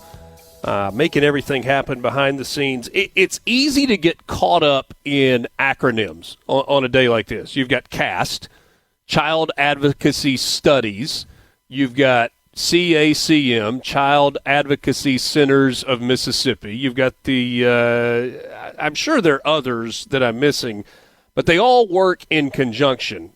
Child Advocacy Studies, the initiative, is supported by Child Advocacy Centers of Mississippi. And Julie Palmer joins us now. She is with ACAC, a Child Advocacy Center, the one based in Tupelo, Easterseals, Mississippi. Good morning to you. Good morning. Thank you for having me. Did all of that make sense? Did I phrase that right for the most part? Yes, in our field we live off acronyms. There you go. Good way to do it, because a lot of these are a mouthful. Yes. You are working in conjunction with so we've got 5 schools now: Mississippi State, Ole Miss, Southern Miss, MC, and Belhaven. They're all offering minors in child advocacy studies, and you have created internships and kind of experiential learning for some of these students. Is that right? That's correct. We have partnered with Ole Miss Tupelo campus. Okay. And we do host the CAST interns. We've always had some level of interns in our advocacy center, but having the CAST students with that foundational knowledge of the multidisciplinary team approach, it's really been beneficial for us. What does that look like in practice? So before CAST, when we would host interns, we would have to allocate time to train them on what is a multidisciplinary team approach, what is our role as an advocacy center. With the CAST students, they already have that knowledge. Mm-hmm. So when they come to our center, we can start working on skills they need for their careers, which is a win-win for everyone. You are exposing these students to real-life scenarios.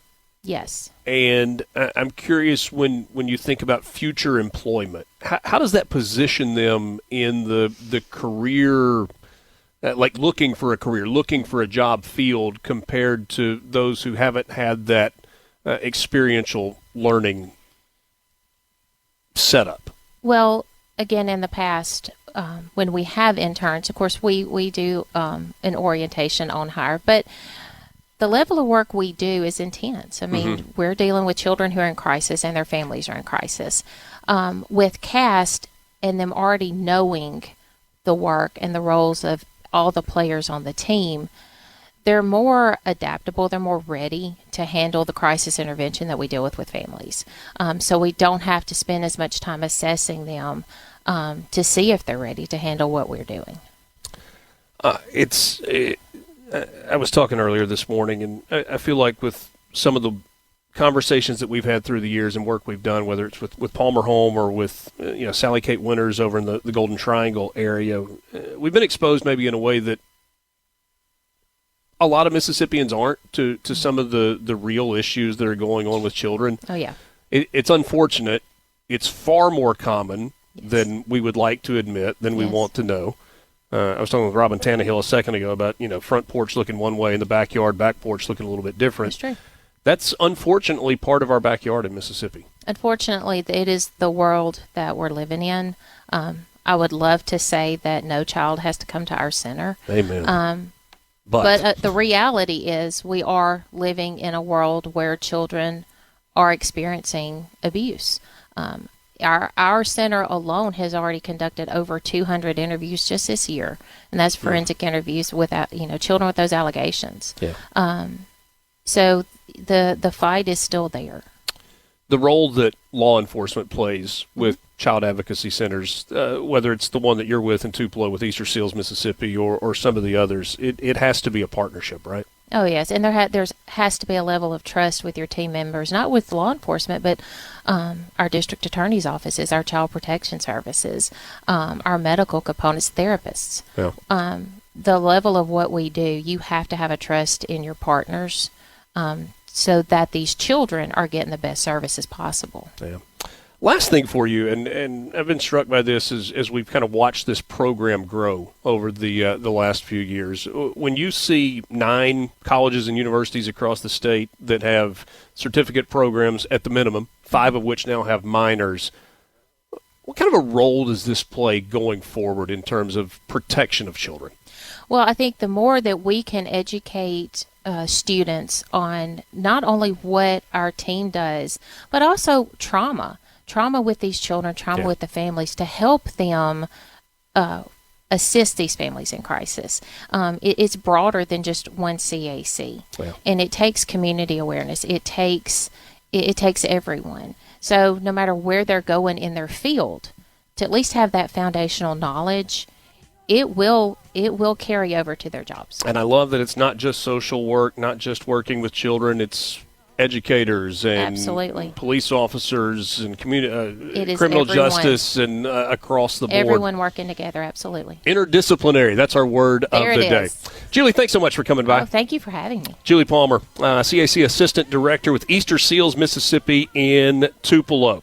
One last thing before we go, I want to remind you Delta State's second annual Night of Champions is going to be this Friday night. Tickets are available. The event will feature former Major League Baseball star and best-selling author Mike Matheny.